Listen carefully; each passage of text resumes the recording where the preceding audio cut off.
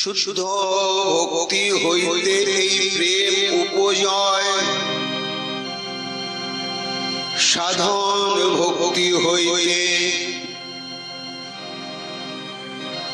এই প্রেম লাভ হয়।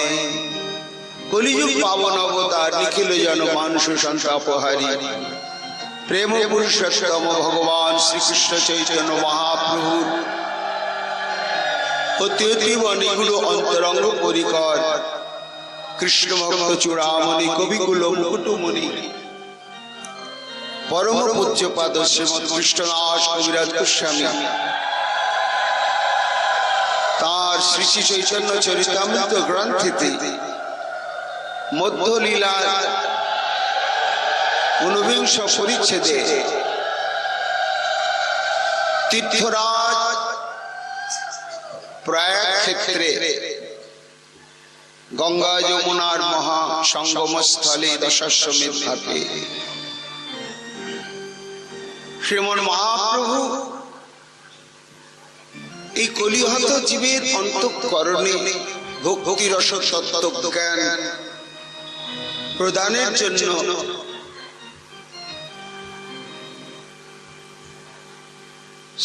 শ্রীমন রূপ গোস্বামী পাদের অন্তরে সেই তত্ত্ব প্রদান করছেন এবং শক্তি সঞ্চার করছেন। ভজন তো যা বুঝি সেই পথ অবলম্বন করে হবে না। মহাজন যেন গতস্য পন্থা পূর্বাপর করিয়া বিচার।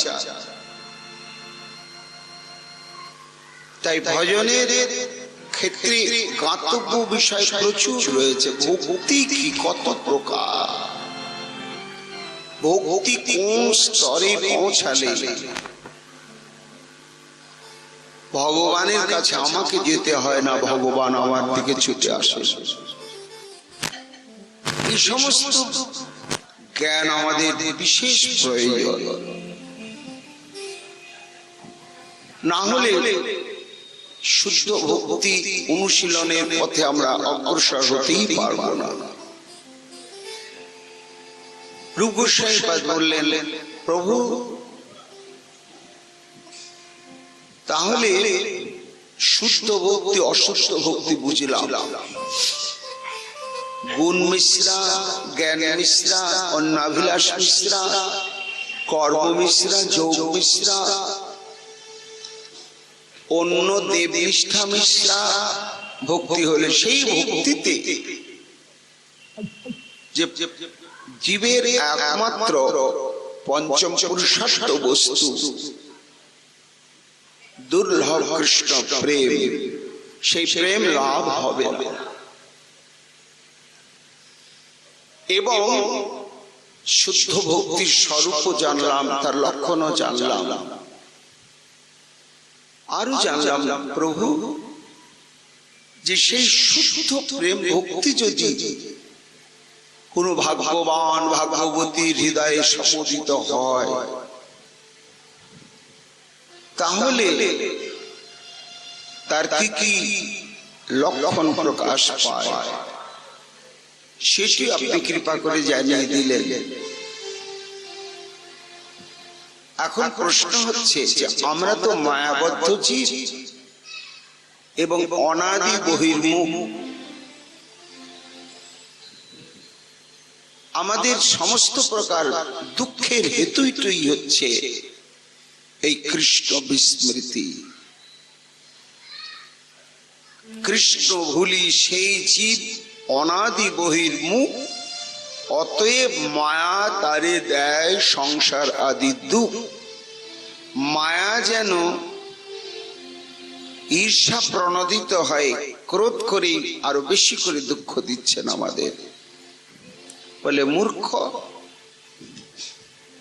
সুখের তত্ত্বটাই তুমি না জেনে, সুখ কাকে বলে তুমি না বুঝে না জেনে তুমি সুখ পাওয়ার জন্য ছুটে চলেছ। জগতে দুটো বস্তু, শ্রেয় আর প্রেয়। প্রেয়টা কখনো আমাদের আচরণীয় নয়, গ্রাহ্য নয় শ্রেয়টা। তা প্রেয় কাকে বলে আর শ্রেয় কাকে বলে? না, প্রেয় আমার যেটা ভালো লাগে। শাস্ত্রের সেটা নিষেধও থাকতে পারে, মহাজনগণ সেটাকে বহু দূরেই বর্জন করতে পারেন, কিন্তু আমার ভালো লাগে। তো আমার যেটা ভালো লাগে, যে পোশাক পরতে ভালো লাগে, যেটা খেতে ভালো লাগে, যেরকম স্বাস্থ্যে ভালো লাগে, যেরকম মানুষের সঙ্গে মিশতে ভালো লাগে, যেখানে যেতে ভালো লাগে, করব না কি? এই ভালো লাগার দিকেই আমরা ছুটে চলেছি, কারো ধার ধারি না। আমার রোজগার করা টাকা দিয়ে আমি যা খুশি যেদিকে করব, তুমি বলবার কে? কিন্তু পরিণাম কি প্রথমে বোঝা যায় না। তারপরে যখন বিপদ আপদ দুরারোগ্য ব্যাধিতে আক্রান্ত হয়ে পড়ি, তখন বোঝা যায় যে আমি ভুল পথে চলেছি, আর বোধহয় ফিরতে পারবো না। অনুশোচনার আগুন দাউ দাউ করে জ্বলতে থাকে। তাই এই জন্য যা প্রেয় সেই দিকে ছুটতে হয় না, যা শ্রেয় সেই দিকেই ছুটতে হয়। তা শ্রেয় আর প্রেয় এই তত্ত্বজ্ঞান যদি আমরা লাভ না করি, সংসার তো করতে মহাপ্রভু বারণ করেন নাই, নিখিল শাস্ত্র বারণ করেন নাই। মনীষীদের মধ্যে দুটো ভাগ রয়েছে, সনক সনন্দ সনক কুমার, এরা যেমন চিরকাল বৈরাগী। আবার দেখুন বশিষ্ঠ, ব্যাসদেব, গৌতম, ভৃগু, যমদগ্নি, কি বিশাল বিশাল তত্ত্বজ্ঞ মুনি, সব গৃহস্থ, প্রত্যেকে গৃহস্থ। তারা সস্ত্রীক তপস্যা করতেন, বৈদিক যুগ থেকে এটা রয়েছে। কাজে সংসার ধর্মটাই যে ভয়ঙ্কর কিছু তা নয়। ভয়ঙ্কর হচ্ছে তত্ত্ব না জেনে সংসার করা, তত্ত্ব না জেনে বৈরাগী হওয়া। তত্ত্ব না জেনে বৈরাগী হয়ে গেলাম, সেটাও যেমন একটা ভয়ঙ্কর, সেটাও ওই প্রেমের দিকে যাওয়া। তেমনি তত্ত্ব না জেনেই সংসার করলাম, সেটাও। সে একটা দৃষ্টান্ত দিই না, সাহেবের কাঁঠাল খাওয়া। বিদেশি সাহেব কাঁঠাল দেখেনি, স্বাদ কেমন জানেই না। এখানে চাকরি করতে এসেছে ব্রিটিশ সরকারের, একটা বাঙালি চাকর, জ্যৈষ্ঠ মাস, চাকরের খেয়াল হয়েছে সাহেবকে কাঁঠাল খাওয়াতে হবে। কাঁঠাল কিনে নিয়ে এসে ভেঙে রোয়াগুলো প্লেটে সাজিয়ে দিয়েছে। সাহেব তো খেয়ে মুখে চাট লেগে গিয়েছে, ভুলতেই পারে না। দৈবক্রমে চাকরের বাপ মরেছে, হিন্দু চাকর, ছুটি নিয়ে চলে গিয়েছে বাড়িতে, 7 দিন পরে ফিরবে। সাহেব তো একা, কিন্তু কাঁঠাল খাবো কাঁঠাল খাবো কাঁঠাল খাবো। হাটে গিয়ে দেখেনি জিনিসটা কি রকম। ঘুরতে ঘুরতে আমরা দেখেছি ছোটবেলা আমাদের পাড়া গ্রামের সব হাট ভাগ ভাগ বসতো, পাট হাটি, হাড়ি পাতিলের হাটি, অমুক হাটি তমুক হাটি। সেই দিকে গেলে সেগুলোই পাওয়া যায়। তো আম হাটিতে শুধু আমেরই বাজার, কাঁঠাল হাটিতে 1000 রকম কাঁঠাল। তো কাঁঠাল হাটিতে ঢুকে দেখছি হারি পাকা পাকা গদগদি কাঁঠালের গন্ধ, এই তো এটাই তো। কিন্তু সেই রোয়া টোয়া তো নাই, কাটা কাটায় কি বিরাট একটা ভারী কুলির মাথায় দিয়ে কিনে নিয়ে চলে এসছি, ডাইনিং টেবিলের উপরে রেখেছি। রেখে টিপে দেখছে নরম নরম, খাবো কি করে, গন্ধটা তো লাগছে। তো ডাইনিং টেবিলটা চারিদিকে ঘুরতে ঘুরতে আর ধৈর্য মানছে না, কামড়াতে শুরু করেছে। গৌর হরি বল। এখন তো ছিল আঠা আর কাটা কাটা, সে ঠোঁট ঠোঁটে ছাল উঠে গেল, আঠায় বাটারফ্লাই গোপ, ফ্রেঞ্চ কাটদারি লটর পটর হয়ে গেল। তারপরে সেই আঠা সারাতে গিয়ে হাতে লাগলো, মাথায় মুছেছে, আর একবার চুলেও লেগে গিয়েছে। সে কোট প্যান্ট যেদিকে মুছে, কাঁঠালের আটা তো ভয়ঙ্কর আটা, বেরোচ্ছে বাথরুমে গিয়ে একেবারে দামি দামি সাবান টাবান যত কিছু, হরিবোল তিবার গেল না। শেষে কোট প্যান্ট গুলো ছেড়ে দিল বটে, কিন্তু এই দাড়ি গো মাথার আঠা কি করে যাবে? শেষে কিনা সেলুনে গিয়ে হরিবোল। কিন্তু কামড়াতে কি একটু রোয়ার সাতম খেলে গেছে, খুব আক্ষে, ইস একটু মিষ্টি মিষ্টি লাগলো তো, কিন্তু কাঁটা ভেতরে যা আঠা, মনক্ষুণ্ণ হয়ে বসে আছে। দৈবক্রমে ওই দিনেরই ঘটনা, শ্রাদ্ধ টাদ্ধ সেরে চাকরও আসছে। তো বাবার শ্রাদ্ধ, হিন্দু চাকর মাথা নেড়ে তো আসছে, মুন্ডিত মস্তক, আর সাহেব তো মাথা নেড়ে করে আছে।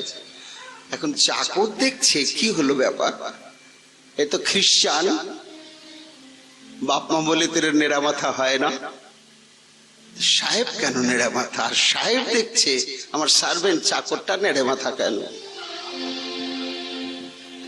সিদ্ধান্ত খুঁজে পাচ্ছে না চাকর যে সাহেব নেড়ে মাথা হয়েছে কেন। সাহেব কিন্তু সিদ্ধান্তটা খুঁজে পেল, চাকরটা নেড়ে মাথা হয়েছে কেন। নিশ্চয় বেটা কাঁঠাল খেয়েছে, নিশ্চয়ই খেয়েছে। যারা কাঁঠাল খায় তাদের শেষমেশ এই নেড়ে মাথা হওয়া ছাড়া কোনো উপায় নেই। হরি বল। হ্যাঁ, ওই সিদ্ধান্ত নিয়ে আছে, জলদি আও, জলদি কামান হারিয়া। কাছে আসতে না আসতে জিজ্ঞাসা করছে চাকরকে, তুমি কাঁঠাল খায়া? সাহেব বলছে, যাব বাবা। না স্যার, আমি বাবার শ্রাদ্ধ সেরে তো আসছি, কাঁঠাল তো খাইনি। নেই নেই, তুম ভি খায়া হাম ভি খায়া, তুমিও খেয়েছো আমিও খেয়েছি। তার মানে জগতে যারা কাঁঠাল খায় শেষমেশ এইরকম হওয়া ছাড়া উপায় থাকে না। বিজ্ঞ চাকর বুঝলো ঘটনাটা, ও এই তো ব্যাপার। ভেতরে ঢুকে দেখছে, হ্যাঁ বটে, ডাইনিং টেবিলের উপর সে কামড়ানো, আধ থেতলানো সে আধ ভাঙা কাঁঠালটা পড়ে রয়েছে। লো হো, সাহেব কাঁঠাল খেতে মন, কিন্তু তার বিধানটা জানো না। সঙ্গে সঙ্গে কিচেন রুম থেকে সর্ষের তেলের শিশিটা নিয়ে এসে হাতে মাখিয়ে দিয়েছে। কামড়িয়েছে কেন? আগে কি কামড়ায় নাকি? উপরে কাঁটা আছে না, আঠা আছে না, ভেতরে জাট আছে না, ওগুলো খায় না। ছি ছি ছি, রোয়ার ভেতরে বীজগুলো ছিল সেগুলো কামড়িয়েছ? ওটাও খায় না, ওটা বীজ, ভয়ঙ্কর, পেটের অসুখ করবে। বেছে বেছে বেছে বেছে ওকেই শিখাচ্ছে, ওকে দিয়ে ভাঙাচ্ছে। আঠার লাগছে না। সাহেব আশ্চর্য, বাহ, আঠা তো লাগছে না। সব লোহাগুলো বের করে করে প্লেটে সাজিয়েছে, সাজিয়ে বলছে, এইবার খাও দেখে নি। ওহ, ভেরি সুইট, ভেরি সুইট, খুব আনন্দ। ঘটনাও সত্য, কিন্তু মনে হচ্ছে যেন একটা হাসি কৌতুকের ঘটনা। কিন্তু চিন্তা করুন, এর মধ্যে কত গভীর গভীরতম দার্শনিক সিদ্ধান্ত নিহিত রয়েছে। ওই কাঁঠালটাই হচ্ছে সংসার, স্বামী স্ত্রী পুত্র পরিজন। কাঁটা আছে, আঠা আছে,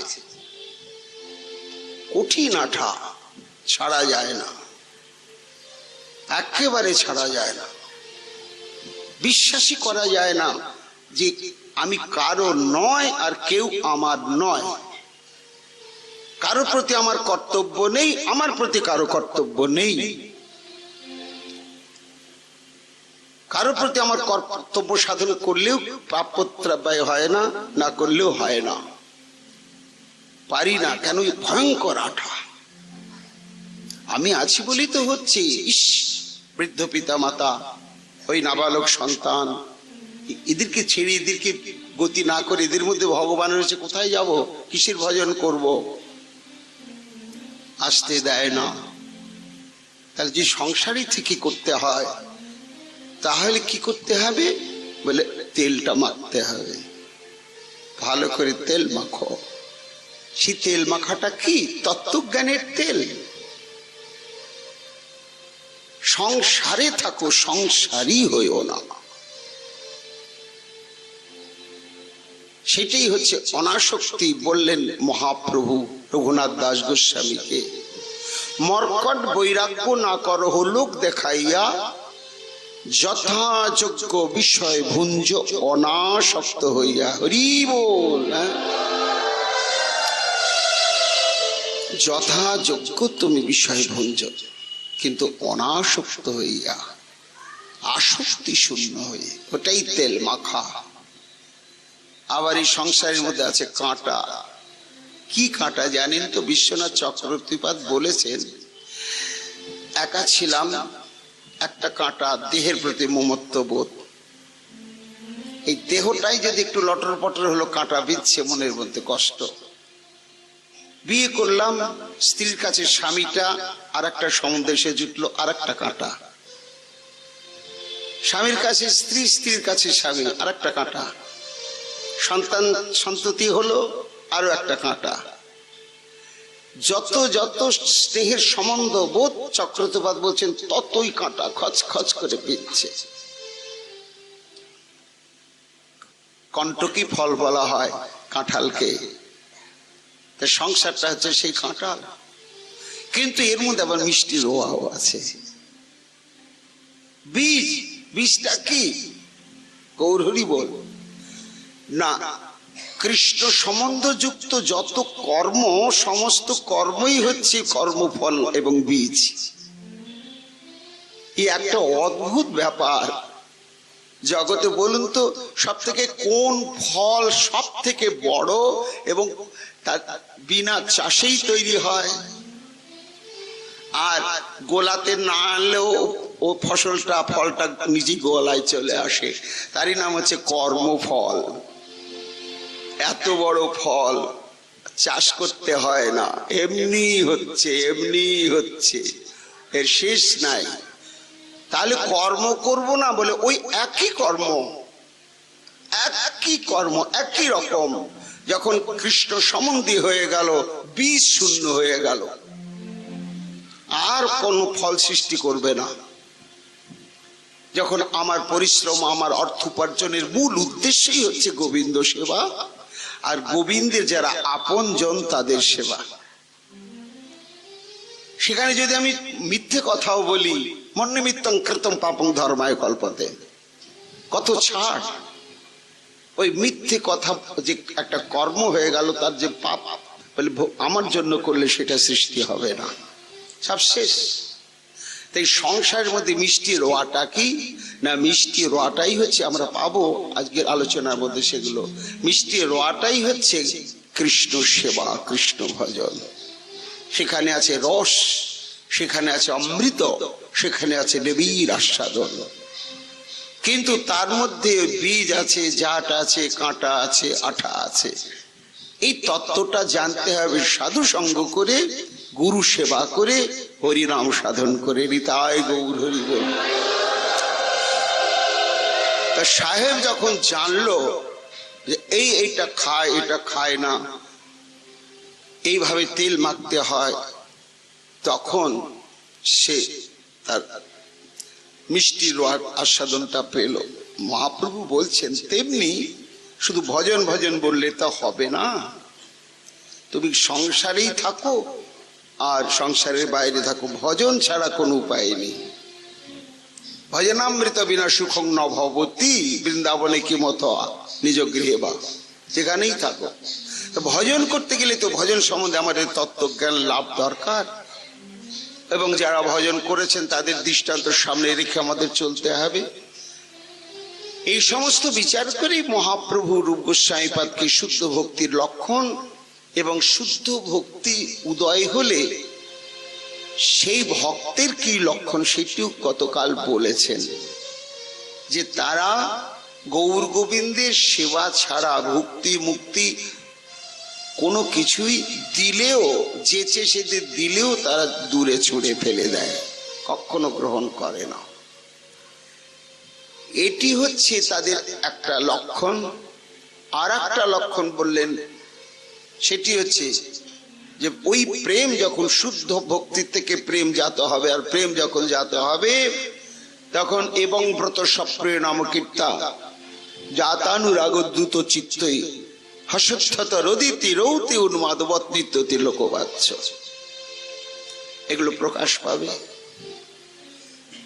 রূপ গোস্বামীর প্রশ্ন, প্রভু বুঝলাম তো, কিন্তু এই যে মায়াপরিহিত চিত্ত জীব আমরা, শ্রেয় পেয়র দোলাচলে ডুবে আছি, কিছুই জানি না, প্রেয়র দিকে ছুটে চলেছি, শ্রেয় কি জানি না। এইরকম অনাদি বহির্মুখ জীব আমরা দুঃখের সমুদ্রে কবে ডুবলাম? যেদিন গোবিন্দকে ভুলে গেলাম। ভুললাম কেন? বলে ওই যে মায়ার সংস্পর্শে যখন এসে গেলাম, বিক্ষেপ আবরণাত্মাকে মায়ার সঙ্গ প্রভাবেই ভুলে গেলাম। একটা দৃষ্টান্ত দিই না, যে বিস্তৃতা এলো কি করে সঙ্গ প্রভাবে মায়া? একটা আসন্ন প্রসবা বাঘিনী, সে প্রসব করবে, প্রসব বেদনা উঠেছে, পিপাসার্ত হয়ে জল পান করতে একটা গভীর খাতে নামতে গিয়ে পড়ে গেল, বাচ্চাটাও ভূমিষ্ঠ হলো, বাঘিনীটা মারা গেল, বাচ্চাটার মা নেই। দৈবক্রমে ওই দিকেই জল খেতে নেমেছিল এক পাল হরিণ, সে হরিণীর পালের মধ্যে একটা হরিণী তার বাচ্চা হয়েই মারা গেছে। তার বাচ্চা হয়েই মারা গিয়েছে, সেই হরিণীটা ওই প্রসব হয়েই বাঘিনী মারা গেছে। সদ্য ভূমিষ্ঠ হওয়া সেই ব্যাঘ্র শাবকটি চোখ ফোটেনি, কুই কুই কুই কুই করছে। হরিণীটির স্নেহ মমতা ওইখানে এসে দাঁড়িয়ে পড়ল, বসে পড়ল, চোখ ফোটেনি। বাচ্চাটা ভাবছে আমার মা, খুঁজছে। তো জন্মজনী কতগুলো সংস্কার আমাদের আছে, যেগুলো জন্মসূত্রেই আমরা শিখে এসেছি, কেউ শিখায় না। সেটি হচ্ছে যখনই বুঝেছি এটা নিশ্চয় আমার মা, তখন খুঁজছে স্তনবৃন্ত, বাঁচতে হবে তো। তো খুঁজে খুঁজে হরিণীর স্তনবৃন্তে মুখ ঠেকতেই স্তনদুগ্ধ পান করতে শুরু করলো। হরিণীটাও তাকে দুধ দিতে শুরু করলো। কেন? তার বাচ্চা নেই তো, স্তনে জমা দুধ তার কষ্ট হচ্ছিল। এত মমত্ববোধ এসে গেল, আস্তে আস্তে নিজের সন্তান বৎ পালন করতে লাগলো, সঙ্গে সঙ্গে নিয়ে ঘুরতে লাগলো। চোখ ফুটলো, বড় হলো, সে তো বাঘ, কিন্তু হরিণের সঙ্গ প্রভাবে স্মৃতিটা হারিয়ে ফেললো। স্বভাবগত যে সে ব্যাঘ্র, স্মৃতিটা হারিয়ে ফেলে তখন আস্তে আস্তে হরিণেরা যা খায় তাই খেতে শিখে গেল। ঘাস খায়, পাতা খায়, আর ওকে দেখে কেউ ভয়ও পায় না। ছোট থেকে মানুষ হয়েছে তো, বেশ পালের সঙ্গে ঘোরে, একেবারে নাদুস নুদুস চেহারা হয়ে গিয়েছে, দিব্যদের সঙ্গে ঘোরে। জানি না যে আমি বাঘ, সে জানে আমি হরিণ। কৃষ্ণ হলি সেই জীব অনাদি বহির্মুখ। দেখো কিভাবে বহির্মুখতা চলে আসছে। এইবার হলো কি, দৈবক্রমে অন্য বন থেকে একটা বাঘ আহার ধরার জন্য খুঁজতে খুঁজতে দেখছে হরিণের পাল,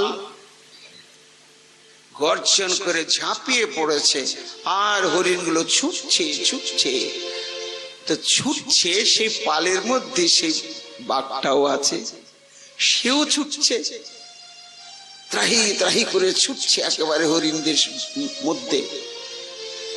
এ বাঘটার তখন মনের ভাব অন্যরকম হয়ে গেল।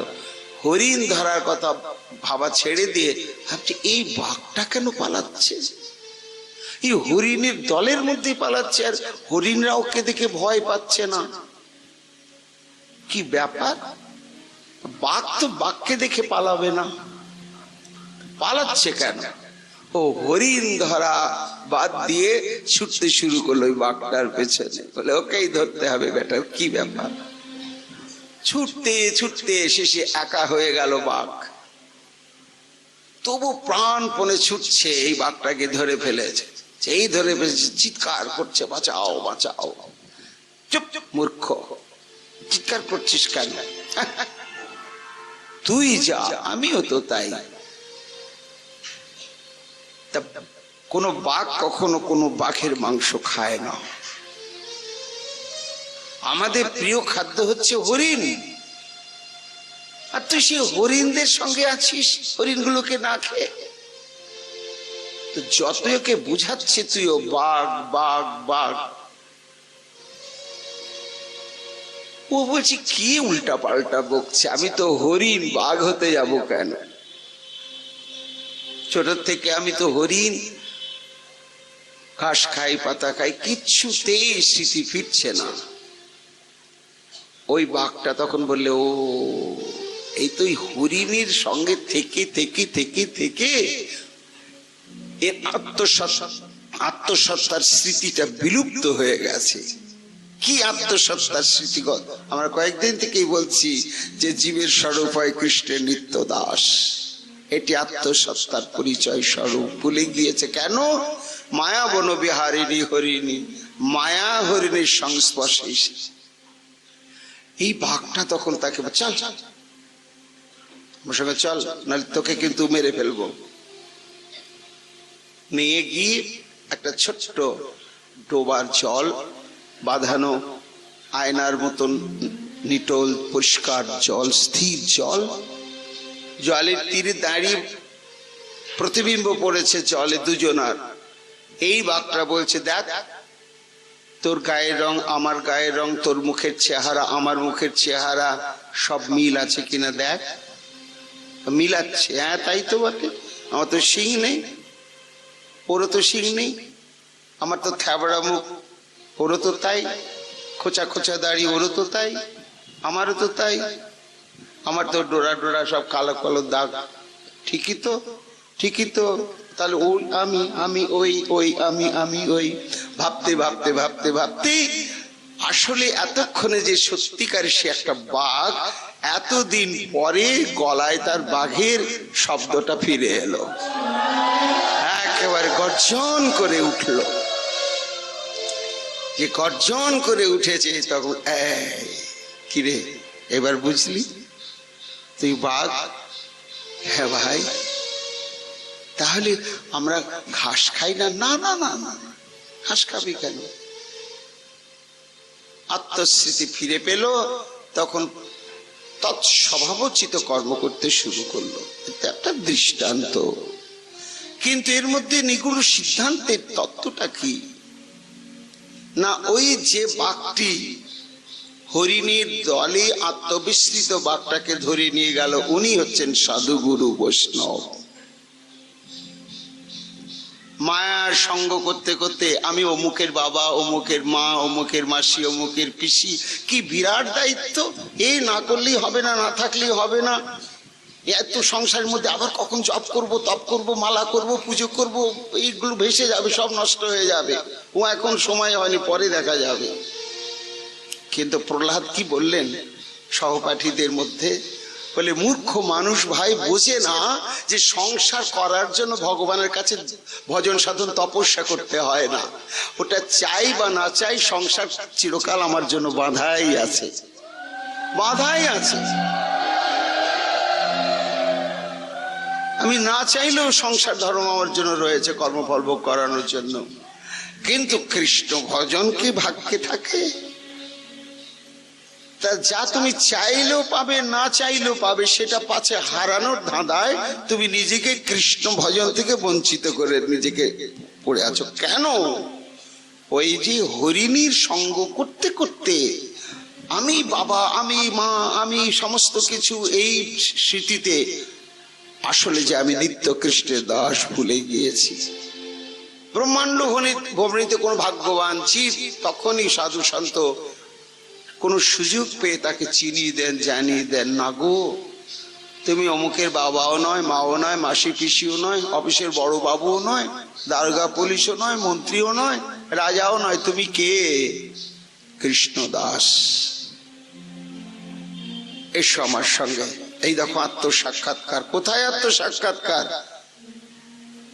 কোন পুকুরে, কোন সরোবরে? গৌর গোবিন্দ লীলার সরোবর।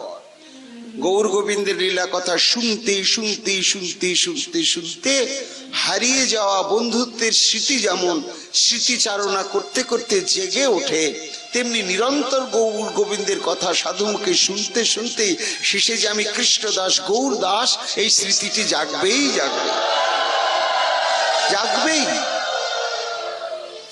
আর এই স্বরূপটি জাগিয়ে দেবেন একমাত্র গুরু বৈষ্ণব। এই জন্য রূপ গোস্বামী পাদ বললেন, প্রভু এই তো সংসারী জীব, তা এই সংসারী জীব তো দুম করে একদিন হঠাৎ শুদ্ধ প্রেম ভক্তি লাভ করবে না, তো তার কিভাবে সিঁড়ি ধরে ধরে উঠতে হবে, এর প্রকরণ কি, এর ক্রম কি? এইরকম কি কোনো ক্রম রয়েছে প্রভু? সেটা আমাদের জানা দরকার। মহাপ্রভুর খুব আনন্দ, সত্যিই তো একটা বহির্মুখ জীব কি করে আস্তে আস্তে প্রথমে শ্রদ্ধা লাভ করবে, তারপরে সে শুদ্ধ প্রেম ভক্তির স্তরে যাবে, কতগুলো সিঁড়ি টপকে টপকে। এ তো বিচার রয়েছে। তখন মহাপ্রভু বললেন, শোনো, ওই তোমাকে বলেছি এই তো ব্রহ্মাণ্ড ভরি অনন্ত জীবগণ 84 লক্ষ জনই করে ভ্রমণ। এইভাবে ভ্রমণ করতে করতে কোনো ভাগ্যে কোনো জীবের শ্রদ্ধা যদি হয়, তবে সেই জীব সাধু সঙ্গ যে করায়। শোনো রূপ হঠাৎ করে আসে না, এই মনোবৃত্তিটা আসে একমাত্র সাধু সঙ্গ থেকেই। এই জন্য প্রথম কর্তব্যই হচ্ছে সাধু সঙ্গ। আবার সাধু সঙ্গের আগে আর একটি বস্তু আছে কি না, কোন ভাগ্যে কোন জীবের শ্রদ্ধা যদি হয়, তবে সেই জীব সাধু সঙ্গ যে করায়। তাহলে একটা শ্রদ্ধা, তারপরে সাধু সঙ্গ, তারপরে ভজন ক্রিয়া। আদৌ শ্রদ্ধা তত সাধু সঙ্গ অথ ভজন ক্রিয়া, তত অনর্থ নিবৃত্তি স্যাৎ তত নিষ্ঠা রুচিস্তত অথা শক্তিস্তত ভাবস্তত প্রেমাভূতঞ্চতি সাধকানাময়ং প্রেমনা প্রাদুর্ভাবে ভবেৎ ক্রম। রূপ এই হচ্ছে ক্রম। প্রথমে হচ্ছে শ্রদ্ধা। এই শ্রদ্ধা কাকে বলা হয় না, শ্রদ্ধার অনুবাদ করলেন স্বয়ং কৃষ্ণদাস কবিরাজ গোস্বামী পাদ। শ্রদ্ধা শব্দে বিশ্বাস কহে সুদৃঢ় নিশ্চয়, কৃষ্ণ ভক্তি কইলে সর্বকৃত্য হয়। শ্রদ্ধা মানে হচ্ছে বিশ্বাস। কি বিশ্বাস? 2 আর 2 একখানে যোগ করলেই, কেউ যদি বলে 10, কেউ যদি বলে 5, কেউ যদি বলে 3, আমি মানব না। কেন? এটা আমার দৃঢ় বিশ্বাস। 2 2 4 4 4 4। এই যে 2 2 একখানে যোগ করলে 4 হয়, এটাতে যে আমার একটা অভ্রান্ত দৃঢ় প্রত্যয়, এটার নাম হচ্ছে বিশ্বাস। এই বিশ্বাসকেই শ্রদ্ধা বলে না। বিশ্বাস, দৃঢ় বিশ্বাস, সুদৃঢ় বিশ্বাস। তো সুদৃঢ় বিশ্বাস আমাদের, আমার শরীর সম্পর্কে আর আমি সম্পর্কে। আমাকে যদি কেউ বলে আপনি তো মারা গিয়েছেন, আপনি ভূত, তখন আমি কতখানি সুদৃঢ় বিশ্বাসে, কি বলছেন, আমি প্রমাণ করে দেব আত্মবিশ্বাসে দাঁড়িয়ে যে না, আমি মরিনি, আমি বেঁচে আছি, এই যে আমার শরীরটা, সমস্ত কিছু।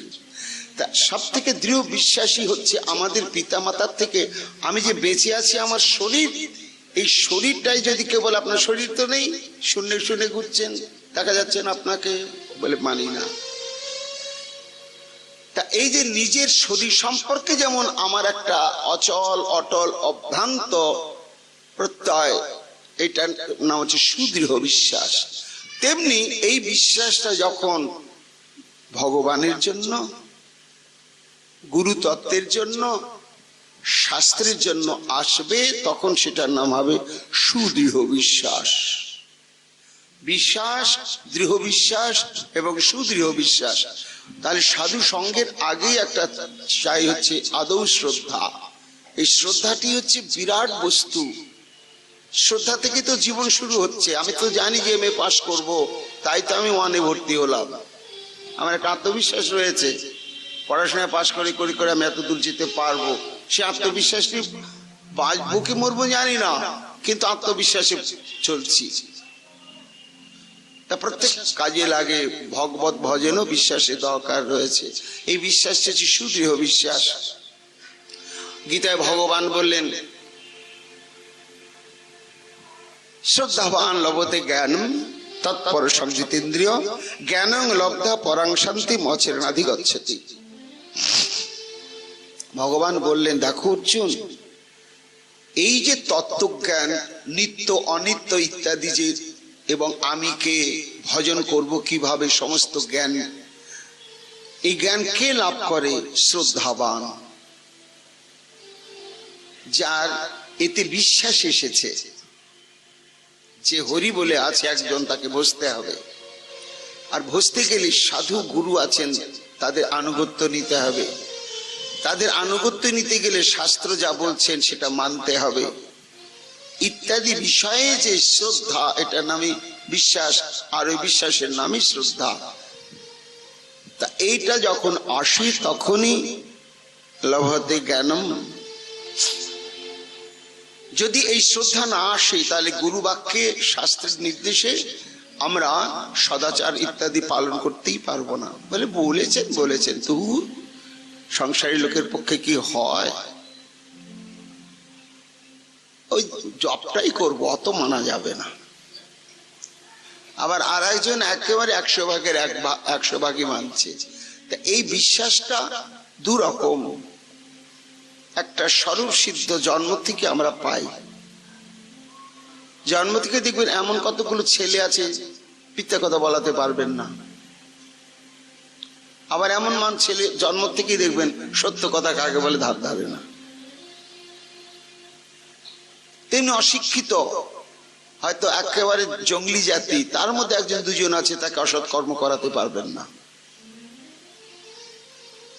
ওটা জন্ম থেকেই ও প্রাপ্ত হয়েছে। আর কিছু আছে, আমরা সঙ্গ করতে করতে করতে করতে, না না, যেটা আমি ভেবেছিলাম ঠিক নয়, এটাই ঠিক, এটাই ঠিক, এটাই ঠিক। তাই সাধু সঙ্গ করতে করতেই শ্রদ্ধাটাও আসে। আর সাধু সঙ্গ করবার অনুরাগটা হচ্ছে শ্রদ্ধা। আদৌ শ্রদ্ধা তত সাধু সঙ্গ ভজন ক্রিয়া। তাই সাধু সঙ্গ এমন একটা বস্তু, মহাপ্রভু বললেন রূপ, যে ওই শ্রদ্ধার পরবর্তী আবশ্যিক কর্তব্যই হচ্ছে নিরন্তর সাধু সঙ্গ করা। সাধু কারা? যারা নির্মৎসর চিত্তে গোবিন্দের সর্বাত্মক সুখবিধানের জন্য দেহ সুখ, আত্মসুখ, স্বজন পরিজন সমস্ত কিছু বিসর্জন দিয়ে যারা কৃষ্ণমুখী হয়ে ভজন করে চলেছেন, এরাই হচ্ছে সাধু। সেই সাধুদের সঙ্গ করতে হবে, তাদের একটু গায়ে বাতাস লাগাতে হবে। অজ্ঞস্যা শ্রদ্ধা ধানস্য সংশয়াত্মা বিনশ্যতি নয়ং লোকে অস্তি ন পরং ন সুখং সংশয়াত্মন। ভগবান বললেন, অশ্রদ্ধ ব্যক্তির ইহকাল পরকাল নেই। প্রত্যেকটি ক্ষেত্রেই যার অশ্রদ্ধা, সে এই জীবনে সুখী হতে পারেন না, পরজীবনে সুখী হতে পারে না। এই জন্য আদৌ শ্রদ্ধা, সে দৃষ্টান্ত দিই না, এটা নিজের মনের ব্যাপার। এটা যুক্তি দিয়ে বিচার করা যাবে না, মনের ব্যাপার যে ভগবান আছেন। একটা দৃষ্টান্ত, সত্য ঘটনা, হর্ষবাশ্রমের স্বামীজির মুখে শুনেছিলাম। দর্শন শাস্ত্র নিয়ে পড়ছিলেন কলকাতা বিশ্ববিদ্যালয়ের দুই বন্ধু, তারা খুব মেধাবী ছাত্র। তো দর্শন যখন ভারতীয় দর্শন নিয়ে পড়াশোনা করতে করতে সমস্ত জানলে যে জগৎটা সম্পূর্ণ মিথ্যা, একমাত্র শ্রী ভগবানই সত্য বস্তু। আর যতক্ষণ জীব সে ভগবানের কাছে না পৌঁছাতে পারবে ততক্ষণ পর্যন্ত পরাশান্তি, পরাগতি, পরা আনন্দ লাভ করতে পারবে না। তা যে আনন্দের পেছনে ছুটবার জন্য বিয়ে থা সংসার যত কিছু করছি, কেউ স্বর্গে যাবার তপস্যা করছি, সেই সমস্ত আনন্দের অখণ্ড প্রাপ্তি হচ্ছে একমাত্র ভগবত প্রাপ্তিতে। তখন এই তত্ত্বজ্ঞান দুই বন্ধু খুব অন্তরঙ্গ ছিল, জেনে গেল। তখন পাশ করার পরে বলছে দুধ চাই, আর কি প্রফেসারি করব, সবই তো বুঝলাম ভেলকিবাজি, চলো এবার সদ্গুরু পদাশ্রিত হয়ে বাকি জীবনটা আমরা সেই ভগবানের আরাধনা করি। যেমন তেমন সাধুর কাছে যাব না ভাই, এতদূর পড়াশোনা করেছে, অভিজাত বংশের ছেলে, ছোটখাটো সাধুর কাছে যাব না। যে সাধুকে সমাজে পাওয়া যায় না, এরকম কোন দুর্লভ সাধু খুঁজে খুঁজে বের করে চলো। দুই বন্ধু চলে গিয়েছে সর্বতীর্থ পর্যটন করতে করতে দুর্গম তিব্বতের মধ্যে মানস সরোবর গিয়ে উপস্থিত। তো সেখানে ধুধু বড় পাহাড় বড়, কিন্তু সেখানেও সাধু আছে, বড় বড় যোগীরা সেখানে আছে। তো তারা ঘুরতে ঘুরতে সব শুকনো খাবার সঙ্গে নিয়েছে, ঘুরতে ঘুরতে ঘুরতে ঘুরতে দেখছে একটা গুহা। গুহার মধ্যে প্রবেশ করে দেখছে এক সাধু সমাধিস্থ হয়ে আছে।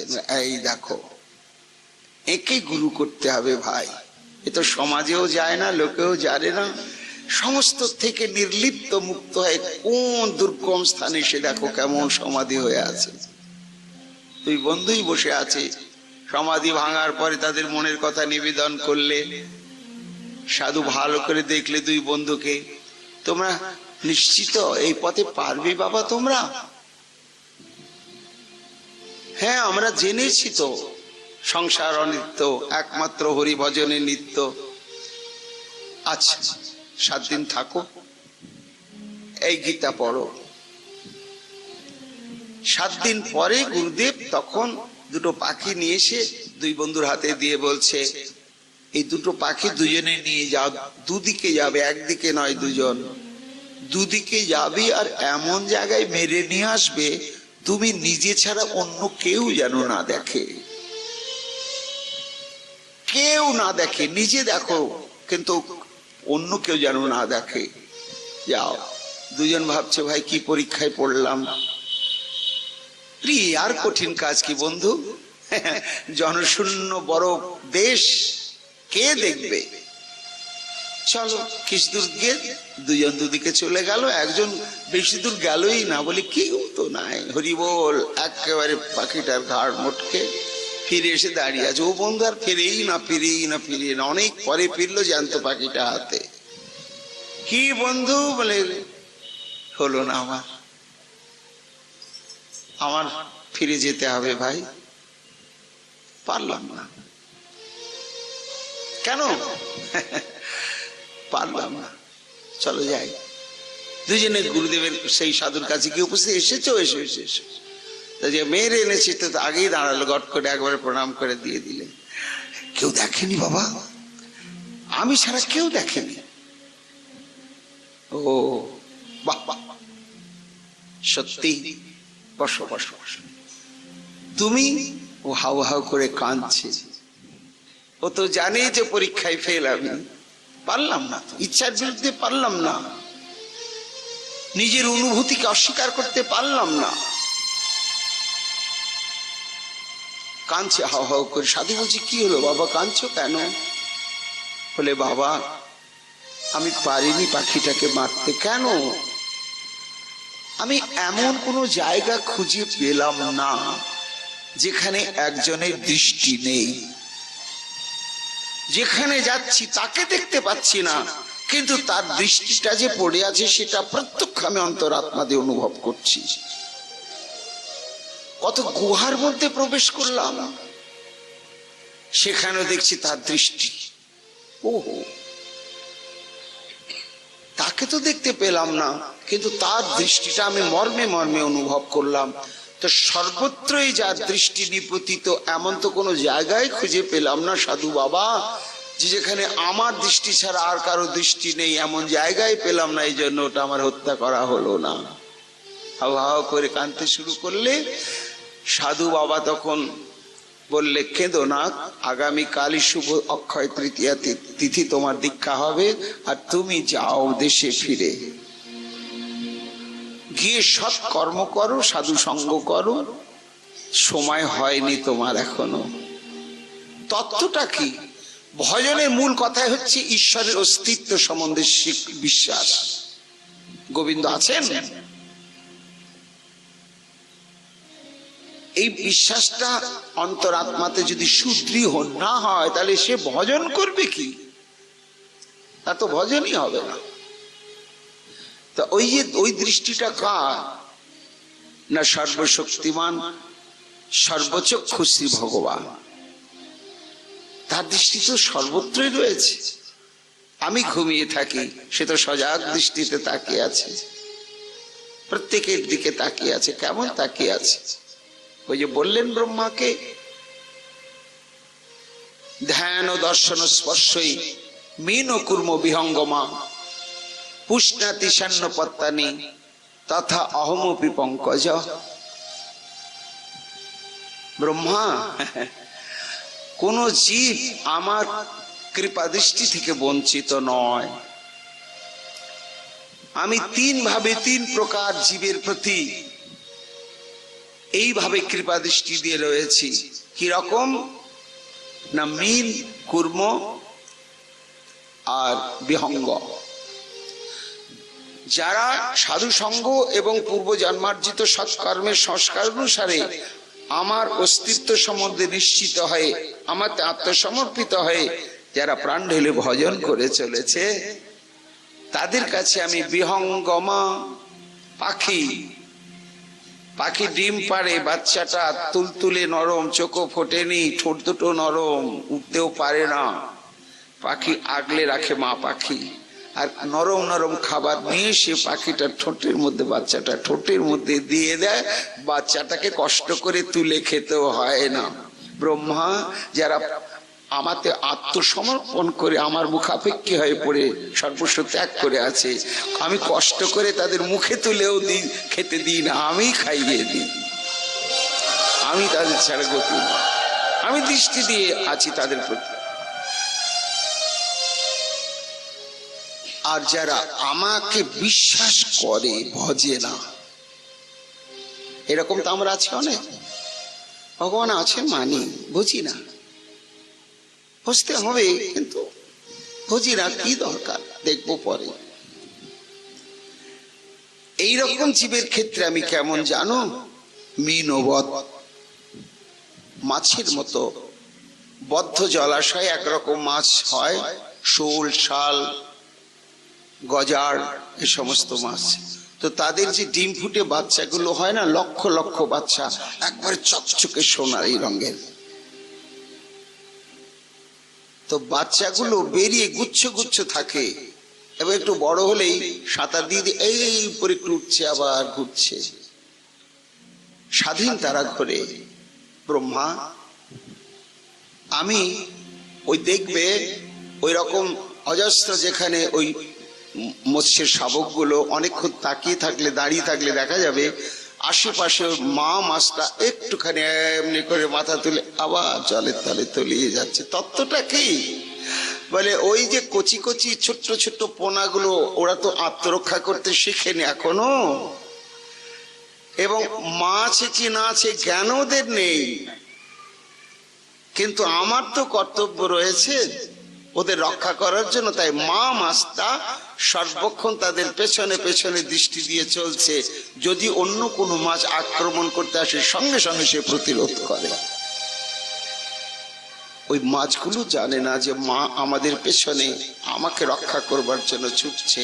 ব্রহ্মা, যারা আমাকে বিশ্বাস করে ভজে না, তাদের ক্ষেত্রে ওই মা মাছের মতো তারা জানতে পারছে না, আমি কিন্তু তাদের পেছনে পেছনে এই দৃষ্টি দিয়ে আছি।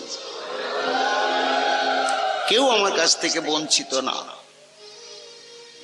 আর যারা ভজেই না, আমাকে মানেই না, বিশ্বাসই করে না। ভগবান ভগবান কিচ্ছু নাই গো। একটা সমাজে শৃঙ্খলা আনবার জন্য, মানুষকে ভয় দেখানোর জন্য বিরাট বিরাট তত্ত্ব সিদ্ধান্ত ভগবানের কত কত কাল্পনিক গপ্প তৈরি করে সব ওই সব ধান্দাবাজেরা প্রচার করছে। আর মূর্খ মানুষ, ধর্মান্ধ মানুষ ওই মোহে পড়ে চলছে। কিচ্ছু নেই ধর্ম কর্ম ভগবান টগবান কিচ্ছু নেই। প্রকৃতি, এই প্রকৃতির থেকেই সব সৃষ্টি হচ্ছে সবকিছু। এইরকম তো একদল আছে। আমরা ব্রহ্মা বলছে দেখো, ভগবান বলছেন ব্রহ্মাকে, দেখো ভজুক না ভজুক, মানুক না মানুক, বিশ্বাস করুক না করুক, আমি তো জানি ওরা আমার। তো যারা এইভাবে আমাকে মানে না, জানে না, ভজে না, ভজবেও না, তাদের কাছে আমি কেমন জানো দৃষ্টি দিয়ে আছি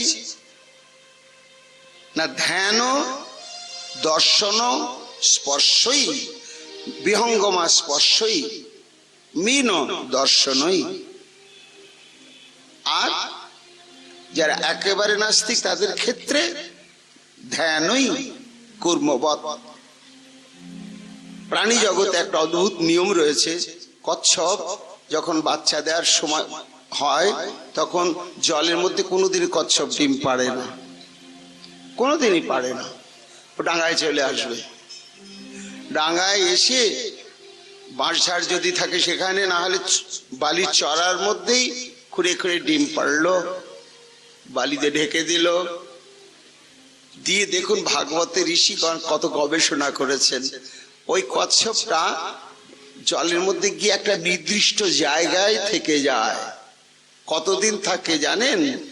যতক্ষণ বালির মধ্যে পেড়ে রাখা ডিমগুলো পুষ্ট না হয়ে, বাচ্চা না বেরোয়, যতক্ষণ তার কাছে ফিরে না যাবে, ওই মা কচ্ছপটা ততদিন 2 মাস 3 মাস ওইখানেই থাকে, কোথাও যায় না। এবং দেখা গিয়েছে এই রকম যদি কোনো কচ্ছপকে কোনো ধীবর মেরে ফেলে তাহলে ওই বালির তলার ডিমগুলো পচে নষ্ট হয়ে যায়। সত্য ঘটনা। কি সূক্ষ্ম বিজ্ঞান দেখুন। কেন মরে যায়, কি তত্ত্ব, কি করে? বলে ওই যে কোথায় বালির তলায় ডিম আমি আপনি দেখতে পাচ্ছি না, আর জলের তলায় মা কচ্ছপটা কি দেখছে। কিন্তু কত বড় কাজ চলছে। ভগবান বলছেন ব্রহ্মা ধ্যানই, ধ্যান একটা চরম ভাইব্রেশন, তার প্রভাব রয়েছে। তো সেই জলের মধ্যে কচ্ছপটা ধ্যান দিয়ে আছে ওই পেড়ে রাখা ডিমগুলোর দিকে, সব সময় ভাবছে, তাদেরকে সব সময় অনুক্ষণ ভাবছে। তো ওই যে ভাবনার ভাইব্রেশন ওয়েভ, সেটা এসে ওই বালির ভেতরে ঢুকে ওই ডিমগুলোর উপর একটা বাতাবরণ সৃষ্টি করছে। আর সেই তরঙ্গের স্পর্শ পাচ্ছে বলে ধীরে ধীরে ডিমগুলো পুষ্ট হতে থাকছে। তারপরে এক সময় ম্যাচিওর্ড হয়ে গেল, তখনও সে ধ্যান দিয়ে আছে। তারপরে তারা একেবারে অবয়ব বিশিষ্ট হয়ে গেল, অঙ্গ প্রত্যঙ্গ সব ভেতরে হয়ে গেল। নড়াচড়া করতে গিয়ে খোলসটা গেল ভেঙে, গুড়গুড় করে সব বেরিয়ে পড়লো, একেবারে চলে গেল মা কচ্ছপটার কাছে জলের মধ্যে। ততদিন ওই মা কচ্ছপটা ধ্যান দিয়েছিল ব্রহ্মা, যারা আমাকে বুঝবে না, বিশ্বাস করে না, করবে না, মানবে না, তারা না মানুক, আমি কচ্ছপের মতো ধ্যান দিয়ে রয়েছি। কি ধ্যান? কৃপা শক্তি সঞ্চার ধ্যান। তুমি তো বুঝবে না, আমি তোমাকে ভজে যাচ্ছি, আমি তোমাকেই ভজে যাচ্ছি। কচ্ছপটা যেমন অধীর অপেক্ষায় থাকে আমার সন্তান গুলো কবে খোলসটা ভেঙে আমাকে চিনতে পেরে আমার কাছে ফিরে আসবে। আহার নিদ্রা ভয় মৈথুন খোলসের মধ্যে আবৃত আমাকে ভুলে থাকা জীব সাধু সঙ্গ প্রভাবে কবে বলবে গোবিন্দ আমি তোমার, তুমি আমার, আর কেউ নয় বলে আমার কাছে ফিরে আসবে। এই জন্য প্রত্যেকটা জীবের প্রতি আমি ধ্যান দৃষ্টি দিয়ে যাচ্ছে। তা কারো কাছ থেকেই তো কেউ তো তার কাছ থেকে বঞ্চিত না। তা এই তত্ত্বটি কারো আসে কারো আসে না। তো তাই ওইখানে সে মারতে পারেনি, কেননা ভগবানের অস্তিত্ব না দেখলেও সেই সম্যক উপলব্ধি করতে পারছিল। আর নামই শ্রদ্ধা। তা সেই শ্রদ্ধার থেকে আসে সাধু সঙ্গ। শ্রদ্ধা যদি কারো আসে তখন সে সাধু সঙ্গ। সাধু সঙ্গ জন্মমূল। কৃষ্ণ ভক্তি জন্মমূল হয় সাধু সঙ্গ। কৃষ্ণ প্রেম জন্মিতে হোক পুনঃ মুখ্য এক অঙ্গ। বলছেন শ্রী সম্প্রদায়ের একজন আচার্য, একস্মিন কেদারে জলপূর্ণে স্থিতে সমীপ কেদার যথা আর্দ্র ভবতি তথা এতদ রহিতাম অপি এতেষাং সম্বন্ধেন ম্লানি নিবৃত্তির জায়তে। এই সাধু সঙ্গের ক্রিয়াটা কেমন দেখুন। চাইতে হবে না, দিতে হবে না, গা টিপতে হবে না, পা টিপতে হবে না, কিচ্ছু না। সাধুরা যেখানে থাকে একটু যান চলে আসেন, যান চলে আসেন, কিচ্ছুই করবেন না। তাতে আমার কিছু লাভ হবে? হবেই হবে। দৃষ্টান্ত দিলেন কি না, একস্মিন কেদারে জলপূর্ণে স্থিতে সমীপবর্তী কেদার যথা আর্দ্র ভবতি। একটা জমিতে ধান লাগাবে, আল বেঁধে জল দিয়েছে। পাশের জমিওয়ালা ধান লাগাবে না, আলু বাঁধেনি, জলও দেয়নি, কিন্তু সেই জমিটা কাদা কাদা হয় কিনা? হবেই তো। এই জমিওয়ালা রাগারাগি করছে, মশাই আমার জমিটাকে কাদা কাদা করে দিলেন, আমি জল দিলাম না, তাহলে আপনি আপনার জমিতে জল দিতে দিতে আমার জমিটাও জল দিয়ে ফেলে কাদা করে দিলেন। সে কি বলবে? আপনার তো ভালো কথা বোধ নেই। আরে জমিটা তো একই ভাই, মাঝখানে আমি আলটা দিয়েছি, কাজে আমার জমিতে জল দিলেও যেহেতু সংলগ্ন তো ওটা রসে গিয়ে কাদা কাদা হয়ে গিয়েছে, জল না দিলেই। বলছেন শ্রী সম্প্রদায়ের আচার্য, তদ্ভৎ যেমন সংলগ্ন হয়ে থাকার জন্য শুষ্ক জমিটাও রসে গেল, তা এই শুষ্ক জমির মতন ত্রিতাপ তাপিত জীবের চিত্তবৃত্তি কত শুষ্ক বলুন। 60-70 বছর মালা জপ করতে করতে মালা এতটুকুন ছোট ছোট হয়ে গেছে, একদিনও চোখ দিয়ে জল বেরোয়নি। কত শুকনো বুকটা, কত শুকনো, বোঝা যায়। আচ্ছা এক্ষুনি কেউ মরুক, হাউ হাউ করে কান্দো, তখন কত বয়া গঙ্গা বইতে শুরু করবে। তা প্রত্যেকটা আমরা সংসারী জীব, আমাদের হৃদয়টা ওই রকম মরুভূমির মতো শুকিয়ে গেছে। আর সাধু হৃদয়টা হচ্ছে ভক্তি রসে টুসটুসি। তারা দেখবেন নাম করছে, চোখের জলে ভাসছে। তাহলে কি কর্তব্য? বলে ওই যে জলপূর্ণ জমিটা সংলগ্ন হয়ে যদি থাকা যায়, তাহলে মালিক ওটাতে জল না ঢাললেও যেমন রসে গিয়ে কাদা কাদা হয়ে যায়, তেমনি সাধুর কাছে কি একটু বসে থাকতে থাকতে নিজেই জানবো না কবে আমার শুকনো হৃদয়টা কৃষ্ণ ভক্তি রসে কাদা কাদা হয়ে গিয়েছে, কবে হয়ে গিয়েছে বোঝা যাবে না। তো সাধু সঙ্গ হচ্ছে এমন একটি বস্তু, বিরাট তত্ত্ব। আমাদের এটাই প্রথম সংকল্প হওয়া উচিত, ভজন সাধন থাক, একটা জীবন সাধু সঙ্গ করি কাটুক, তাতে কিছু যায় আসে না। সাধু সঙ্গ করতে করতে সমস্ত কিছু প্রাপ্তি হবে। কি প্রাপ্তি হবে? মহাপ্রভু সেগুলো বলছেন। যখনই মানুষের মুক্তির সম্ভাবনা আসে, তখনই তার জীবনে সাধু সঙ্গ ঘটে।